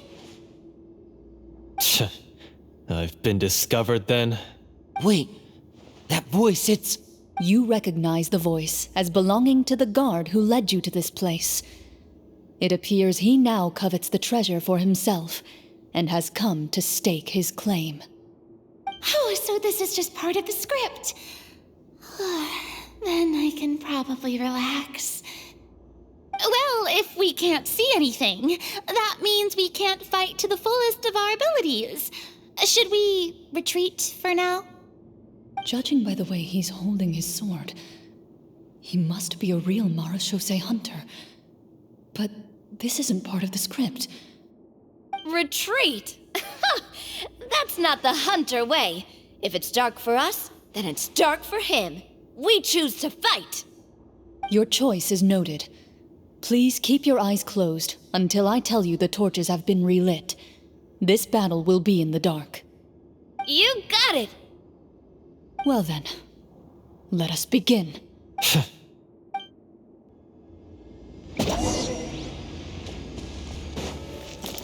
Into the shadows. I'd like to try to hit him with my sword. Your strike is successful. Ha! You're facing a veteran Marachose hunter. You don't stand a chance. Is he still standing? Goodness, he sure has a lot of HP. Is it over? Can we open our eyes now? The enemy is strong and relentless, but the battle is nearing its end. The torches have not been relit. What about now? Final strike. Ha!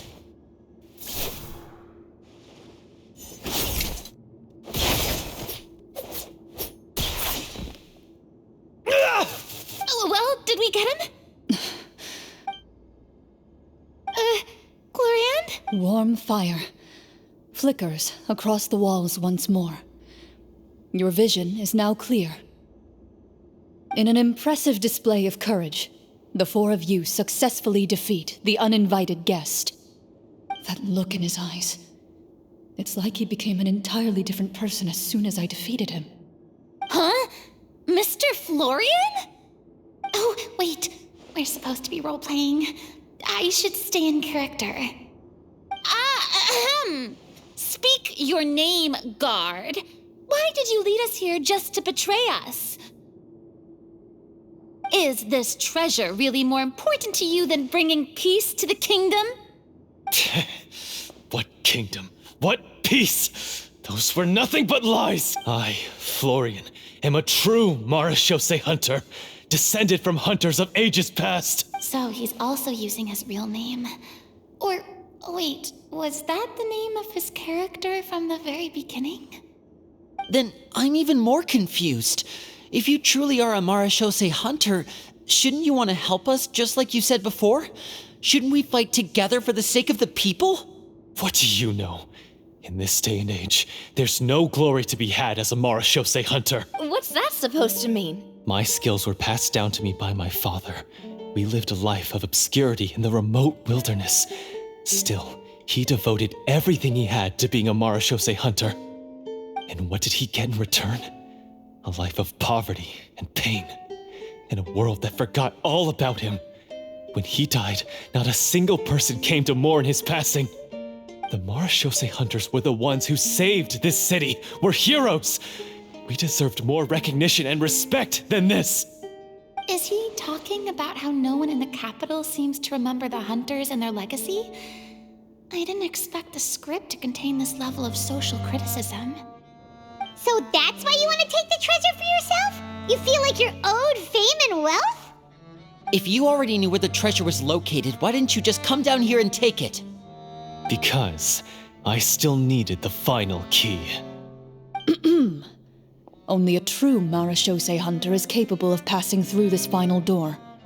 As someone who sought to hurt others for his own gain, Florian lost that right long ago. Okay, but what is this treasure anyway? We've got all the keys, right? So can we just go in and take a look? You're sure you want to go in? We've been talking about it for so long. Of course we want to see what's inside. And we've already defeated Florian, right? So he won't try to take it from us anymore. Pesky brats. Watch yourself. Then let's open the door together.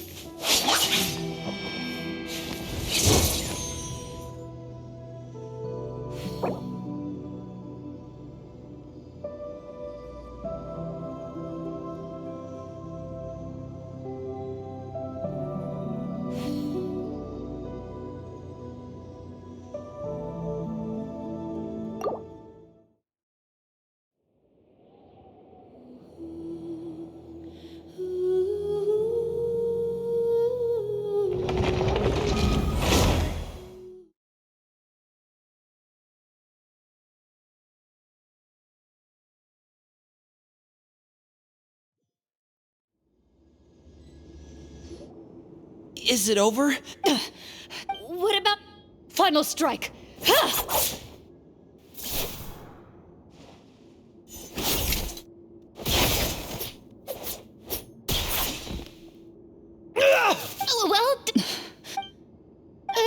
Warm fire flickers across the walls once more. Your vision is now clear. In an impressive display of courage, that look in it. Huh? Oh, wait. Speak your name, guard. Why did you lead us here just to betray? Is this true? So he's also... Then I'm even... What do you know? What's that My skills were passed, and what did he get in return? A life of poverty and pain. The Marashose Hunters... Is he talking about how no one in the capital seems to remember the hunters and their legacy? I didn't expect the script to contain this. So that's what... If you already knew where the... Because... Only a true Marashose, as someone who's... Okay. You're sure? We've been talking about it for so long. Of course we want to see what's inside. And we've already defeated Florian, right? So he won't try to take it from us anymore. Pesky brats. Watch yourself. Then let's open the door together. All right. Your choice of action is confirmed.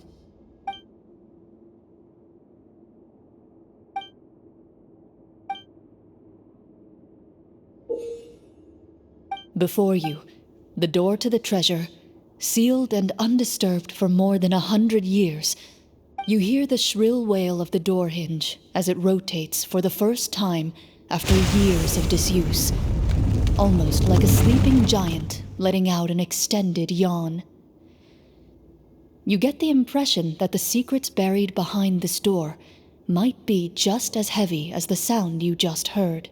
It's open! Come on, let's go in! Paimon wants to see what's inside! Ooh, me too! Ugh, uncovering hidden treasure is the most exciting part of adventuring. What do we have here? Uh-huh. A stone tablet? And some shabby weapons? You call this a treasure vault? Looks more like an abandoned warehouse! Maybe the troop ran out of budget at the end? They provided a super immersive experience at the beginning only to drop the ball at the most important part? They could have at least filled this place with cardboard Mora or something! Wait, I get it now. Paimon, this is the real Marashose Hunter treasure. Huh? This is it? The Marashose Hunter treasure is just a stone slab and some broken swords? I can't believe it. I refuse to believe it! Whoa, are you okay? The marechaussee hunter before you appears to suffer a serious mental breakdown. He needs to leave the room for a moment to collect himself. One of you seems to understand the significance of the treasure already. If the rest of you wish to follow suit, you may remain here in the meantime and explore your surroundings.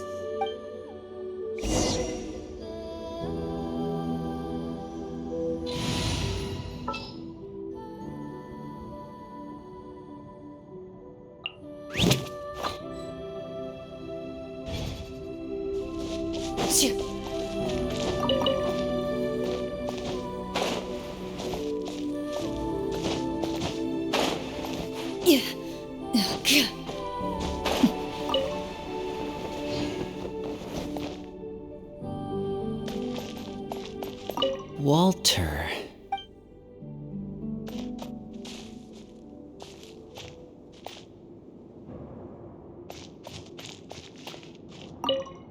What is the treasure supposed to be? Ah, the names on the tablet. The old and broken weapons. The old and broken weapons.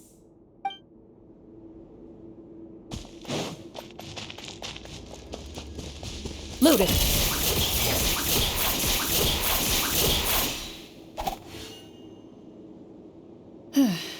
So, how are you doing? Feeling any better? What just happened? Do you remember how you got here? Or what happened to your body just now? I remember now. I brought you here because I wanted to... The explosives in the cave! You mean these? Huh? How did you... I could tell something was off the moment I stepped into this cave, so I kept an eye out. I've already dismantled the whole thing. So the strongest champion duelist in all of Fontaine saved the day once again. Guess I shouldn't be surprised. It would seem your skills as a marechaussee hunter are as sharp as ever. I deserve some answers, don't you think? Tell me why you wanted to lure me here. Everything you said earlier sounded like the truth. Luckily, your monologue was dramatic enough to convince my friends you were just role-playing. I don't know. I just always felt like there was something in my heart that didn't belong to me. Something agitated and angry. Who knows? Maybe it was my own anger all along. I could never really tell. The feelings about my father and the other marechaussee hunters are real. It just wasn't fair. I was angry, bitter that no one remembered them or praised their accomplishments. I don't know when it started, but at some point, my anger came to completely consume me. At that point, I remembered the legend my father used to tell me. The one about the treasure. But if the treasure was all you cared about, why plant all those explosives? Wouldn't they just destroy the treasure and bury you along with it? I can't remember. My head is a mess. It felt like there was this voice telling me to eliminate the hunters, but now it's gone.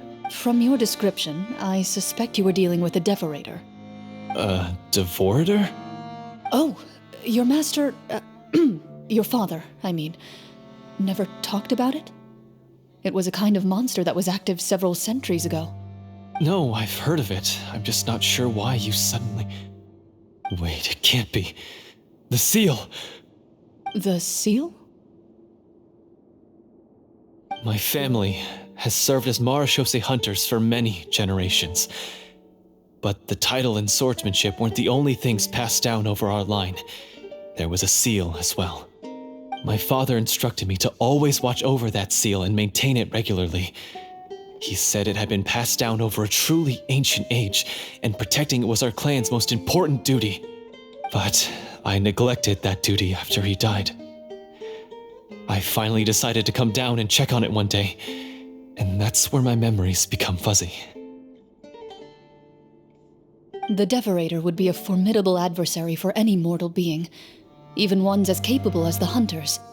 If you lacked the power to completely destroy it, you could easily fall prey to its influence and corruption. In light of this, some Marachose hunters chose to seal the Devorator away, in the hopes that a permanent solution would come with the passage of time. I heard it has the power to amplify the obsessions and desires in people's hearts, to the point where they overtake you entirely. It would seem I'm not just lacking in skill with a blade, but in mental fortitude as well. And yet, you were able to retrieve 3 of the 4 keys. If I remember correctly, each was entrusted to a respected and capable hunter. How did you manage it? One of them belonged to my father. The second I stole from a different hunter. And the third was one that I snatched while the person was on the way home from the tavern. I nearly died in that alley. I know just how strong you are. It's as clear as day to everyone in Fontaine. I observed you from dusk to dawn, but could never find any opportunity to sneak up on you. I never even saw you drink a single glass of liquor. The only way I could think to obtain that last key was to lure you here using your hobby, and then... Oh, I get it now. That monster, it wanted to bury you here alongside the treasure. I won't comment on anything else, but the script was good. Well, I did pour my heart and soul into it. The stories my father used to tell me about the glory of the heroic Marachose hunters and how they came to be forgotten. It's more than just a story. Huh? You're proud to be a hunter. You're still holding onto that part of yourself, no matter how small. I have done so many despicable things. I have nothing to be proud of. Then explain the purpose of the evil sorcerer in your story.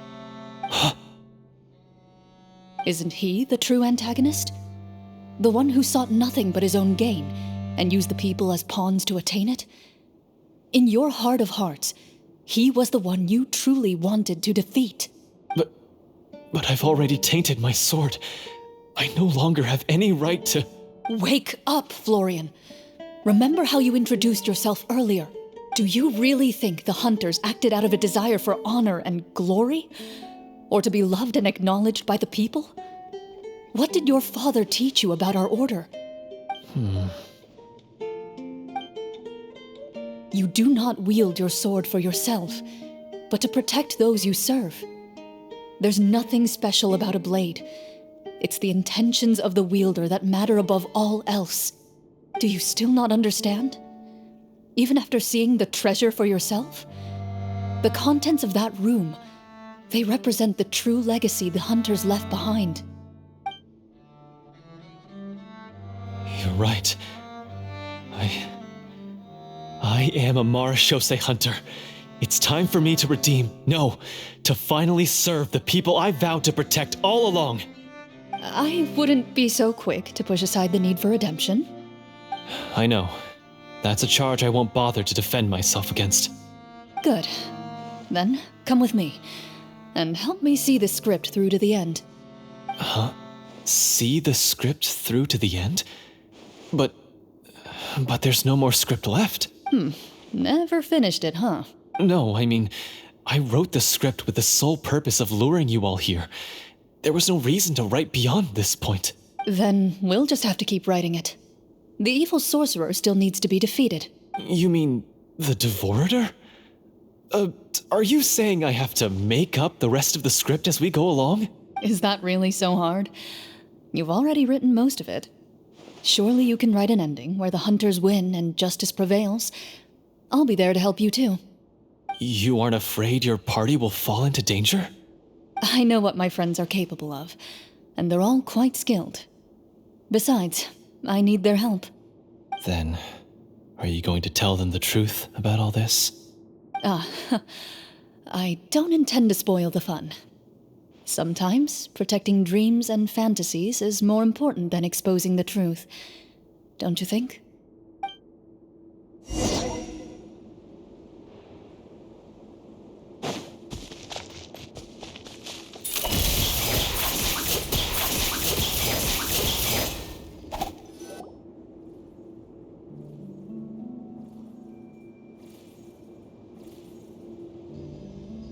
They're back! That took a while.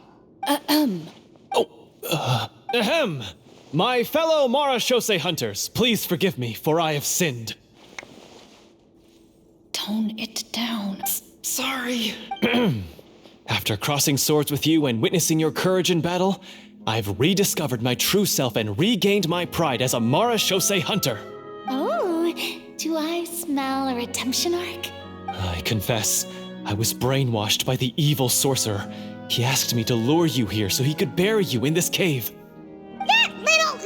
Wait, you're saying all of that wasn't you, but the evil sorcerer? That's right.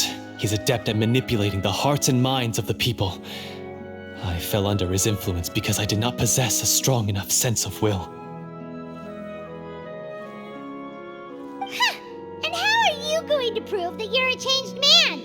We're not going to fall for the same trap twice. To be perfectly honest, I only came to my senses after seeing the treasure. It reminded me of my father's past teachings. The treasure was actually...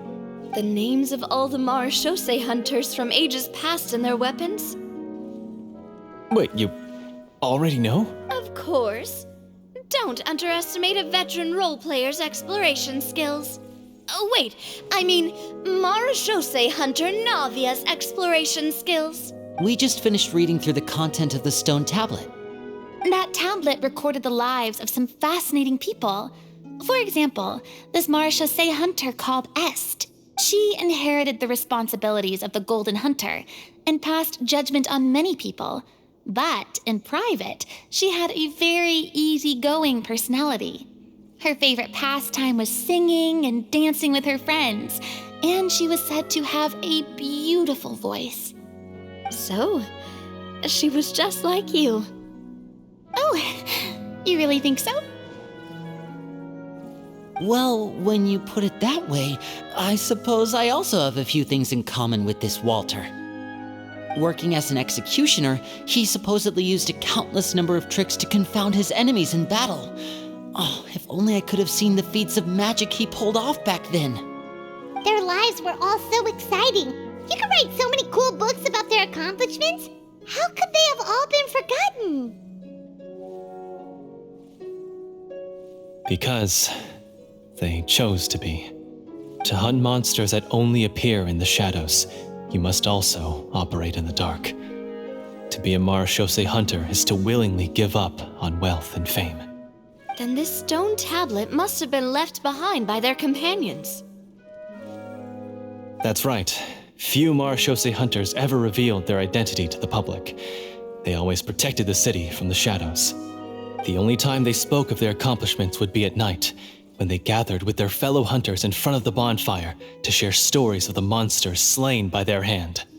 So, this tablet was created not so that the hunters would be remembered by the people, but so that they would be remembered by each other. No wonder this place was so well hidden.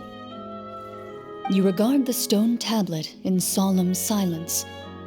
The names of your comrades etched onto its surface serve as a reminder that you are never truly alone.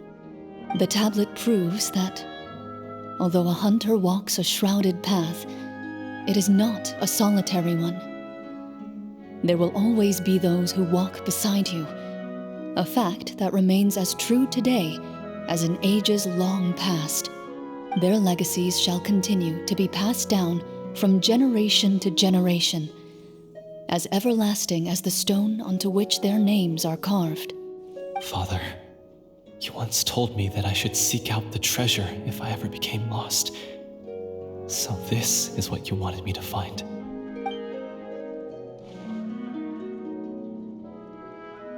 Thank you, my friend. You are very kind. I implore you, everyone, please give me a chance to make up for all I've done. Allow me to fight alongside you and defeat the evil sorcerer that threatens the peace and prosperity of everyone in this kingdom.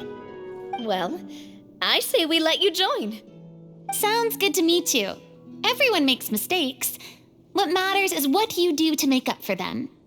I have no objections, but Mr. Florian, do you even know how to defeat the evil sorcerer?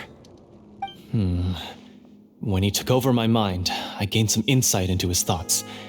Every time I thought of the treasure, he reacted with a strong sense of fear. Huh? He's afraid of the treasure? But there's nothing here except some broken weapons and the stone tablet. What if the secret's hidden inside these weapons? GM, permission to investigate.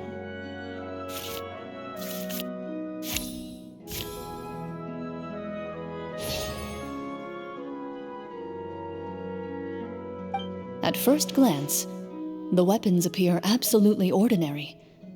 But as you observe them, you notice a faint energy emanating from within. These blades have slain countless monsters. Though it's been a long time since they were used in battle, their edges remain sharp, as if they're simply waiting for the next worthy hunter to carry on their legacy. So basically, take these with us, right? I'll take this weapon, since it used to belong to Est. Maybe it'll find comfort in being held by someone who appreciates the arts. Ah, good idea. I'll take Mr. Walter's bow then, from one archer magician to another. Paimon's gonna pick a cool weapon too!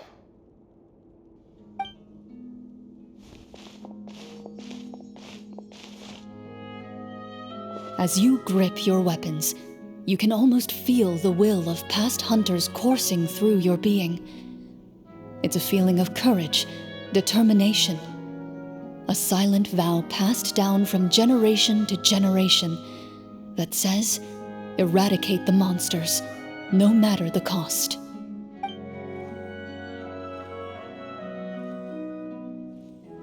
Mr. Florian, do you know where to find the evil sorcerer? I was able to see his surroundings when our minds were connected. I believe he's currently hiding out at the church in the kingdom. We must be extremely careful. He's spent so long living among monsters that he's now taken the form of one. He will not be easily defeated. Then why don't we explore some more and try to find some higher level gear? We don't want to just fight him and lose, right? No, we have to strike now. He was greatly weakened when I managed to break out of his control. If we let him rest, he might have time to escape. I agree with Mr. Florian. We've got to act while we have the advantage. Don't forget, the people of the capital are counting on us. Yeah, now that we've got a plan, there's no point in waiting. The longer this drags on, the worse it will be for everybody. Yes, that's what's called... Yes, that's exactly right. Alright, you've persuaded Paimon. Mr. Florian, please lead the way. Of course. Follow me. He had to set up so many scenes today, and now he has to join in for this last part. I really don't envy his job. Finally, you decide to slay the evil sorcerer and bring peace back to the kingdom once and for all. As you walk away, you feel the gaze of the stone tablet at your back, as if all the hunters of the past are wishing you success in the battle ahead and awaiting your triumphant return.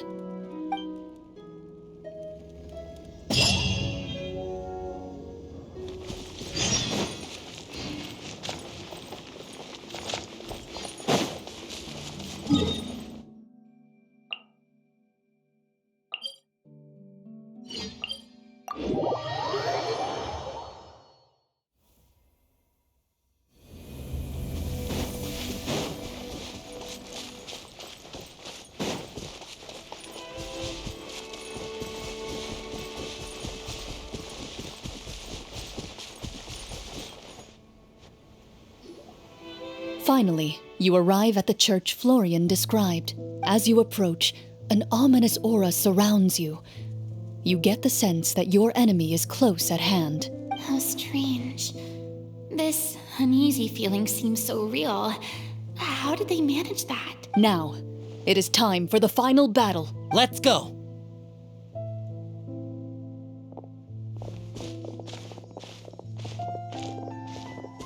Florian, wait. What's wrong? I think you should wait outside. You've already been corrupted by the Devorator once. It could easily re-enter your mind and take control of your body. I don't think it's a good idea for you to be this close. If it corrupts you again, it's possible you might take on a new form entirely. That's exactly why I have to go. Why I should be at the very front. You mean... Yes. I intend to lure it into my body. That's too risky. If things get out of hand, I might have to kill you. Do you understand how dangerous this is? I understand, but if I do this, you'll have a clear and visible target. The Devorator will have a hard time passing up a chance to enter a body it knows how to control. You won't have to worry about any of your friends being taken over. You're not like me, Miss Clorand. You're a just and powerful Marechaussee hunter. The monster broke free due to my error. It's only right that I shoulder the responsibility for its destruction. This is something that I have to do.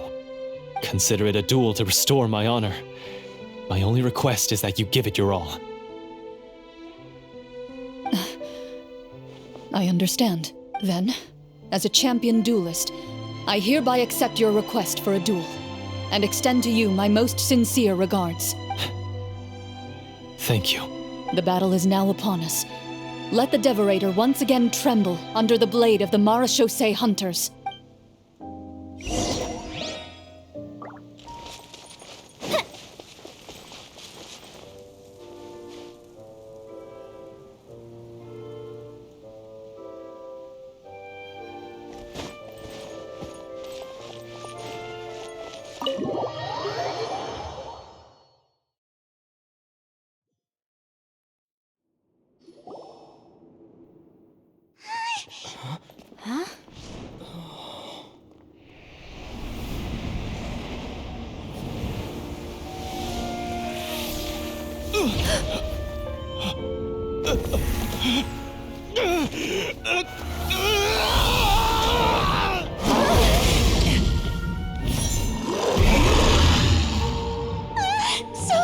So lifelike!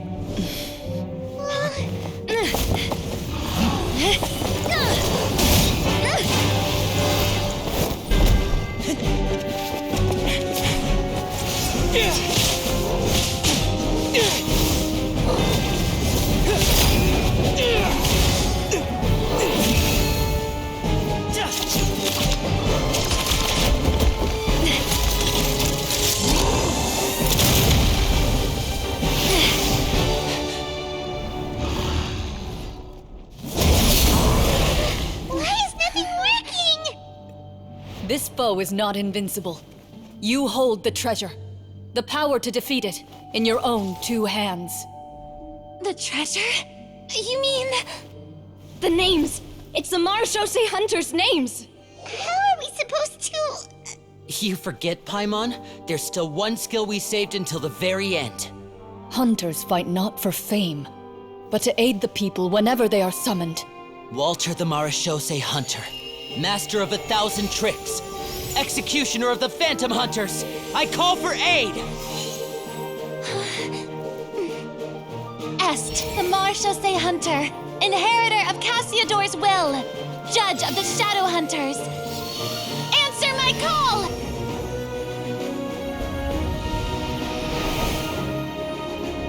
Petronia, protector of justice and order. The hunter I respect the most. Thank you for saving my friend, the best one I'll ever know.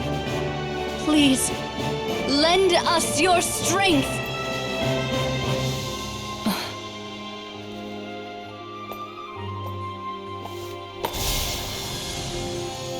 We have come to answer your summons.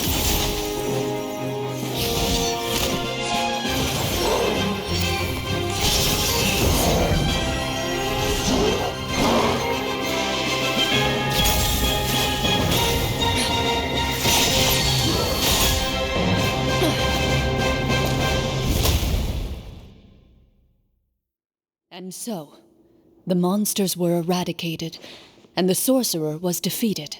Peace soon returned to the capital. Those in the court, manipulated by the sorcerer, also recognized the errors of their ways.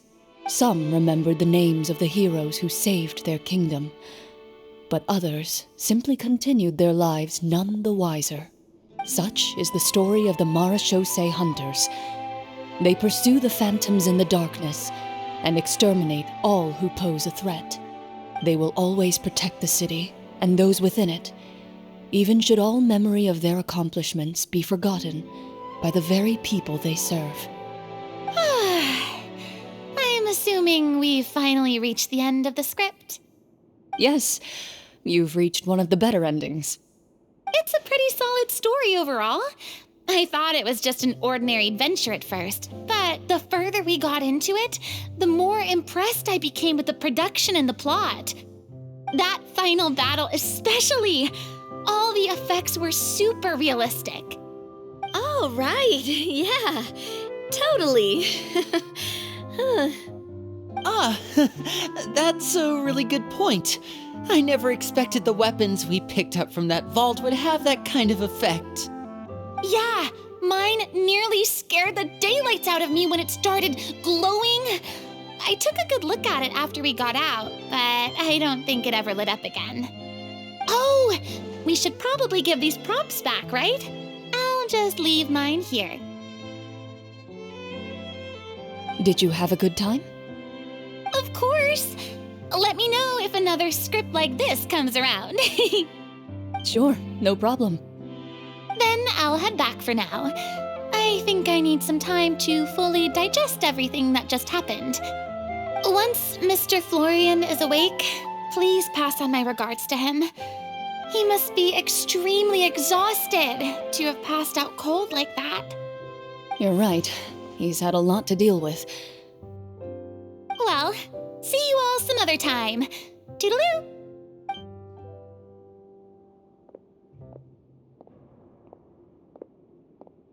Okay, so, can I ask now? I think it should be fine, yeah. What in the world was going on back there? So you saw through all of that? That time in the cave when you told us to close our eyes, it'd be weirder if we didn't notice anything. I was dying of curiosity the entire time. I mean, you did a pretty bang-up job of pretending nothing had gone wrong. Farina actually looked like she thought all of it was planned. Guess none of us wanted to be the one to break the illusion. What are you all talking about? Oh, wait. Don't tell me Paimon never... Oh, this is all my fault. It's not too late to cover your ears. Here, Paimon, I'll do it for you. Bit late for that, don't you think? You're saying everything that happened back there wasn't actually part of the script? It's probably more accurate to say this was never a real scripted story to begin with. What? So loud. My head. Hey, you! Get up right now and explain yourself! No shaking, please! Oh, my head.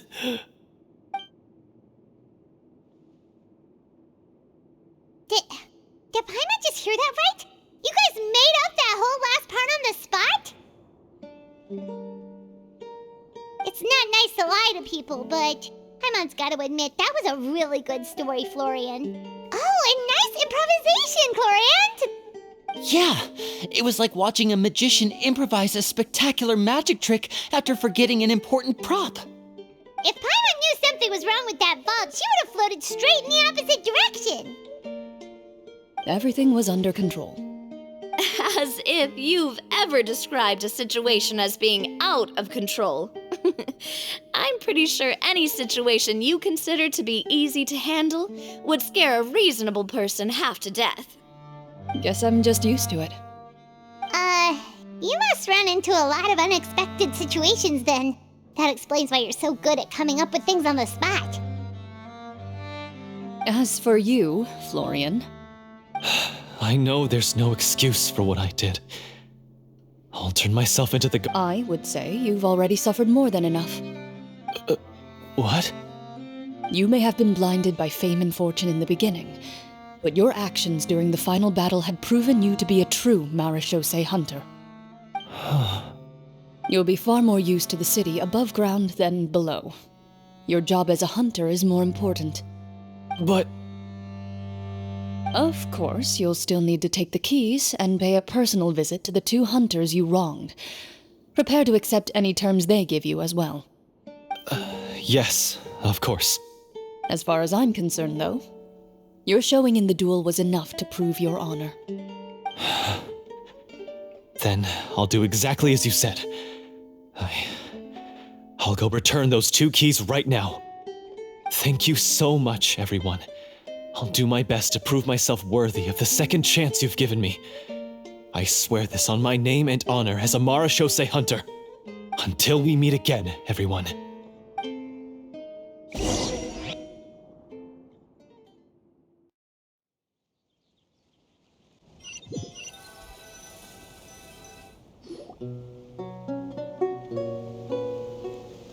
Speaking of Marashose hunters, what should we do about the treasure in that cave? Leave it be. Are you sure? We could show it to people, make it so that the hunters are remembered. Don't you want that? No. Every name on that tablet made the same choice. All hunters know what the path entails. I am no exception. My identity as a Marashose hunter is not something I need people to remember. I wish only to be recognized as a champion duelist. Nothing more. That's certainly very different from the path of a magician. Still, I admire your decision. Wait, Paimon just remembered something. If there were no special effects involved, why did our weapons begin to glow during the battle?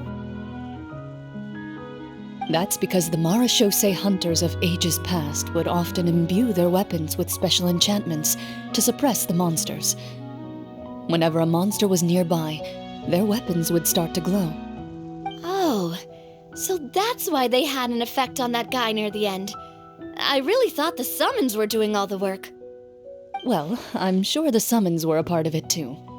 Oh? How so? This particular devorator probably hailed from the same era as the hunters we saw in the room. The names you recited all belonged to the bravest hunters. Countless monsters fell to their blades. That's likely why the devorator visibly reacted when you said them out loud. So the names held the power all along. Navia, everything you said during your summon. Huh? Oh, I meant what I said. I mean, it was true to my character, so yeah, I'm glad you heard it. Just don't make me repeat myself. It's embarrassing. I really appreciated those words. All right. Don't get all sentimental on me. Anyway, let's not talk about that anymore. I'm going to go on ahead. Don't fall too far behind now. She ran off! I should probably head back as well. This story was truly incredible. I might have to spend the whole night telling my siblings all about it.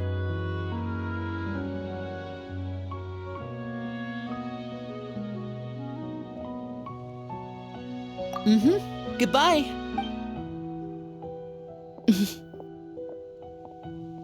Traveler, should your name and deeds be forgotten, what do you think? I suppose the significance would be the journey itself and the world we helped create. There's still value in the time I shared with everyone here, in the things we were able to accomplish, even if no one remembers them. A great answer. I'll remember it. Me?